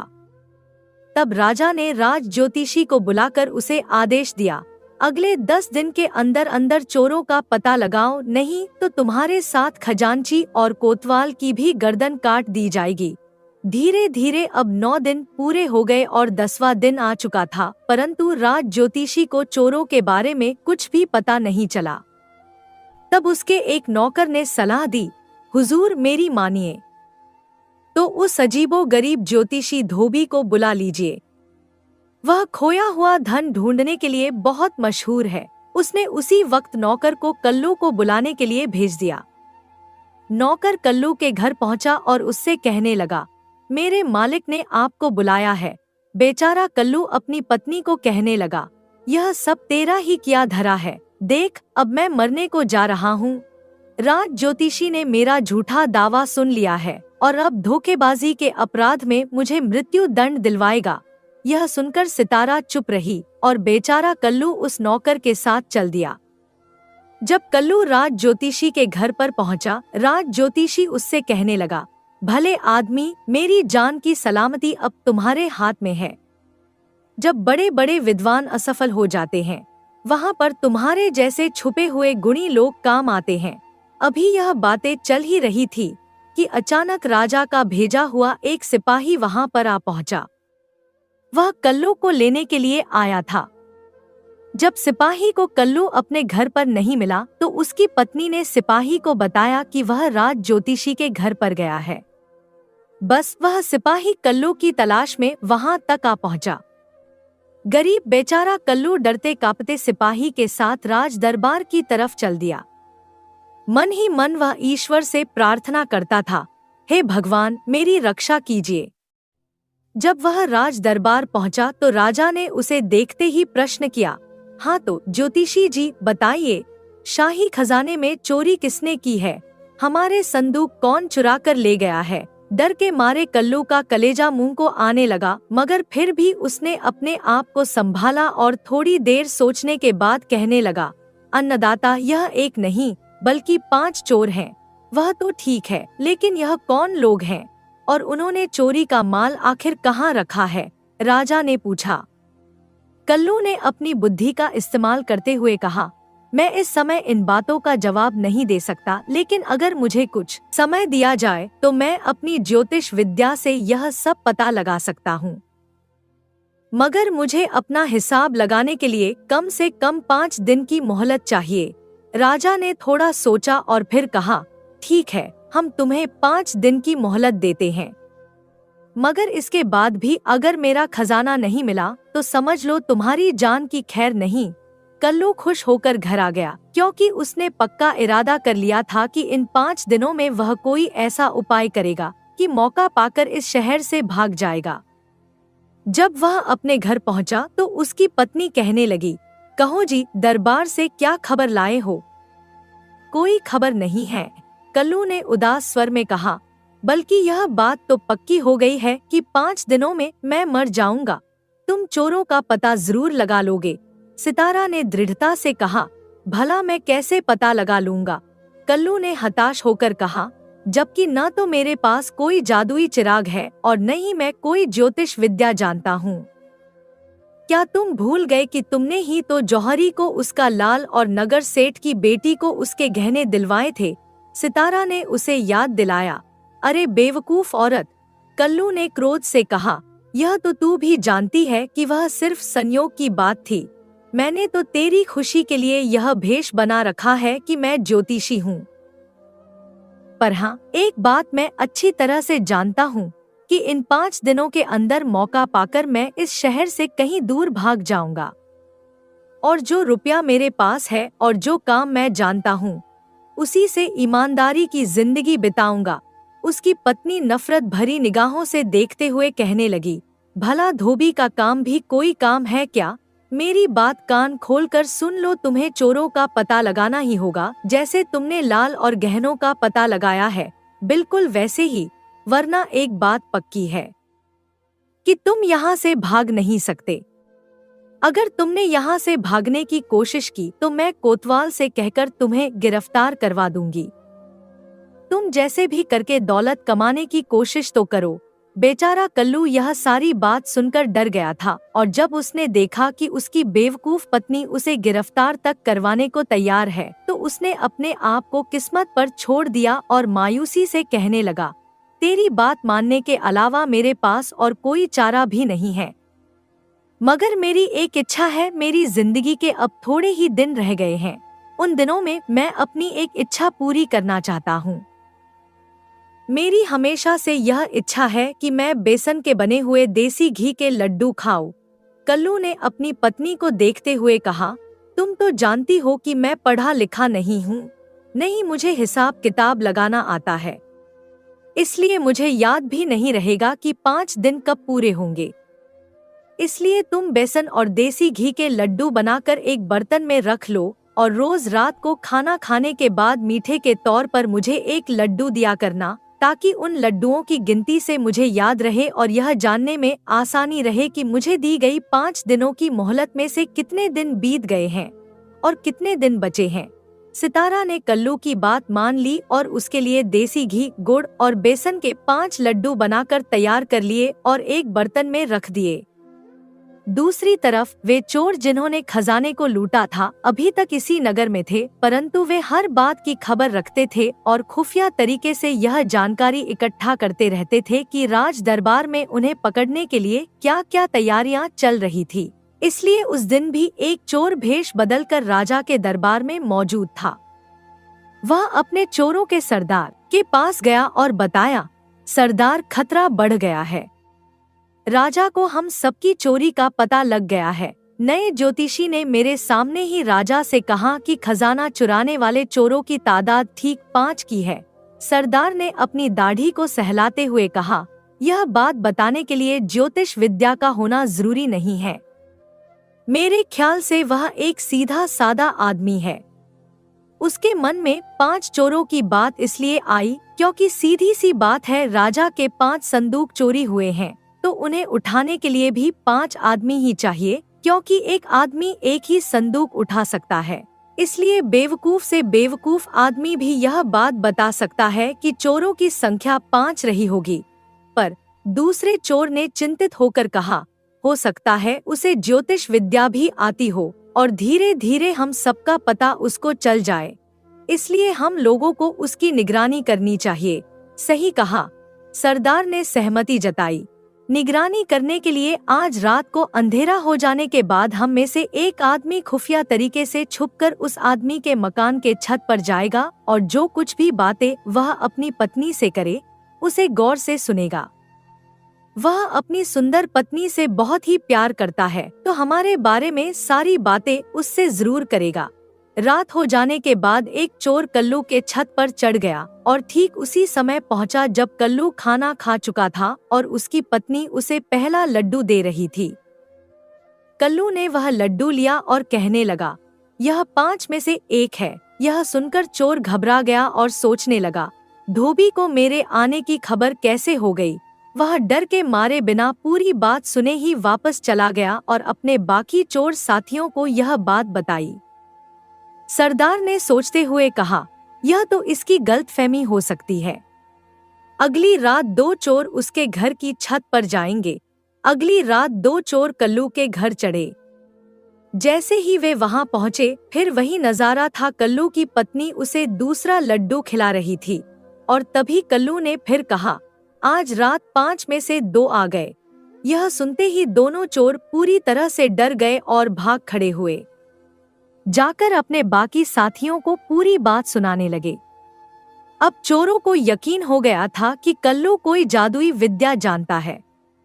वह पहले से ही जान जाता है कि कितने चोर आ रहे हैं। हर रात चोरों की संख्या बढ़ती गई और हर बार जैसे ही वे पहुंचते, कल्लू धोबी वही कहता। आखिरी रात को सभी 5 चोर कल्लू के घर पहुंचे। बेचारा कल्लू अपना आखिरी लड्डू खाते हुए बोला, आज तो पूरे के पूरे 5 हो गए। अब चोरों को पक्का यकीन हो गया था कि कल्लू कोई बहुत बड़ा ज्योतिषी है। वे सोचने लगे, इतने चालाक आदमी से बचना तो मुश्किल है। हमें धोबी को अपनी टीम में शामिल कर लेना चाहिए और उससे सच्चाई जान लेनी चाहिए। सुबह होने से 1 घंटा पहले सारे चोर कल्लू के घर पहुंचे और दरवाजा खटखटाया। जैसे ही कल्लू की नींद खुली, उसे लगा कि राजा के सिपाही उसे पकड़ने आए हैं। वह जोर से चिल्लाया, अब रुको, मैं जानता हूँ तुम किस लिए आए हो और यह सरासर अन्याय है। बाहर खड़े चोर यह सुनकर हैरान रह गए। यह तो सचमुच अजीब आदमी है। उन्होंने सोचा, उसने अभी तक देखा भी नहीं और हम किस काम के लिए आए हैं। वह पहले ही जान गया। चोरों का सरदार अंदर आया और बोला, हम जानते हैं कि आप सब कुछ जानते हैं। हम मानते हैं कि हम गलत काम करते हैं, लेकिन अब हमारी जान आपके हाथों में है। यह लीजिए 2000 अशर्फियां। बस इस मामले का जिक्र कभी किसी और से मत कीजिएगा। कल्लू ने हैरानी से पूछा, तुम्हें क्या लगता है मैं सिर्फ 2000 अशर्फियां लेकर मान जाऊंगा? हम सब पर रहम करो। चोरों ने विनती की। 5 लोगों की जिंदगी अब आपके हाथों में है। अब आप ही राजा हैं। अब आप ही हमारी जान बचा सकते हैं।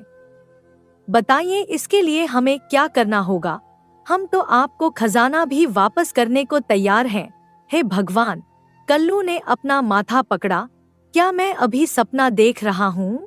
अब जब तुम मान ही चुके हो कि मैं सब जानता हूँ, अब जब तुमने सही समय पर मुझसे माफी मांग ही ली है, इसीलिए मैं तुम्हारे अपराध को क्षमा करता हूँ।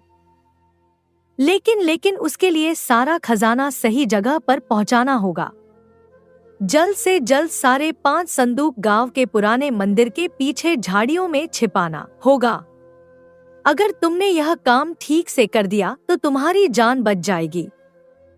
लेकिन अगर तुमने कोई चालाकी दिखाई तो मैं अपनी ज्योतिष विद्या से सब जान लूंगा और फिर तुम सब मारे जाओगे। डरे हुए चोरों ने तुरंत वादा किया, हम सब वैसा ही करेंगे।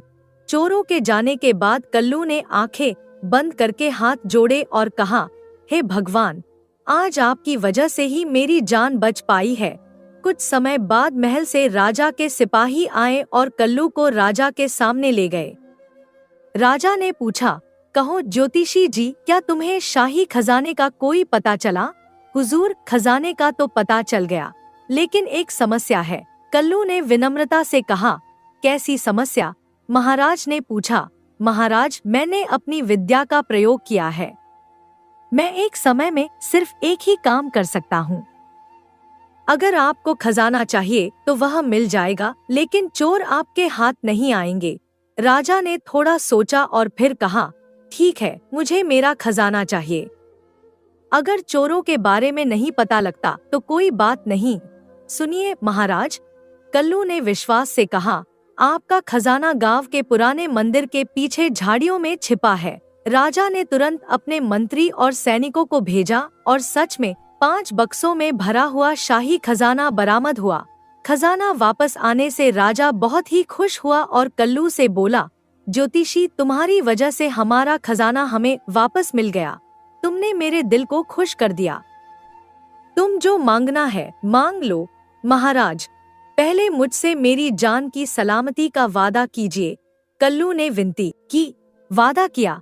राजा ने कहा, जो कहना है कहो। महाराज, मैं कोई ज्योतिषी नहीं हूँ। मैं तो बस एक गरीब धोबी हूँ। मुझे ज्योतिष विद्या का कोई ज्ञान नहीं है। अब तक जो कुछ भी हुआ वह सिर्फ किस्मत का खेल था। यहाँ तक कि आपको खजाना दिलाने में भी मेरा कोई हाथ नहीं था। यह भी किस्मत की मेहरबानी थी। राजा हंसते हुए बोला, वाह, तुम्हारी कहानी तो कमाल की है। तुम किस्मत के धनी होने के साथ साथ बहुत ईमानदार और सच्चे इंसान भी हो। मैं तुम्हें इनाम में एक शानदार घर देता हूँ, जहाँ तुम आराम से अपनी पत्नी के साथ अच्छी जिंदगी बिता सकोगे। महाराज, आप जैसे दयालु राजा के होते हुए प्रजा को किसी बात की चिंता नहीं हो सकती। कल्लू ने कृतज्ञता से कहा। इस तरह कल्लू धोबी गांव का सबसे अमीर आदमी बन गया और अपनी पत्नी के साथ खुशी खुशी जीवन बिताने लगा। उसकी पत्नी सितारा भी अब खुश थी, क्योंकि अब वह भी राज ज्योतिषी की पत्नी की तरह कीमती कपड़े और गहने पहन सकती थी। भाग्य ने कल्लू का साथ दिया और उसकी बुद्धि ने भाग्य को और भी चमका दिया। यह कहानी हमें सिखाती है कि जीवन में कभी कभी परिस्थितियों से समझौता करना भी एक बुद्धिमानी हो सकती है और सच्चाई के साथ जीवन जीने वालों पर अंत में भगवान की कृपा अवश्य होती है। दोस्तों, अगर आपको वीडियो अच्छी लगी हो तो जाने से पहले प्लीज इस वीडियो को लाइक और चैनल को सब्सक्राइब करते हुए जाइए। और हाँ, कमेंट में लिखकर जरूर बताएं कि आपको वीडियो कैसी लगी। धन्यवाद। हंसते रहिए, मुस्कुराते रहिए, लाइफ में मोटिवेटेड रहिए।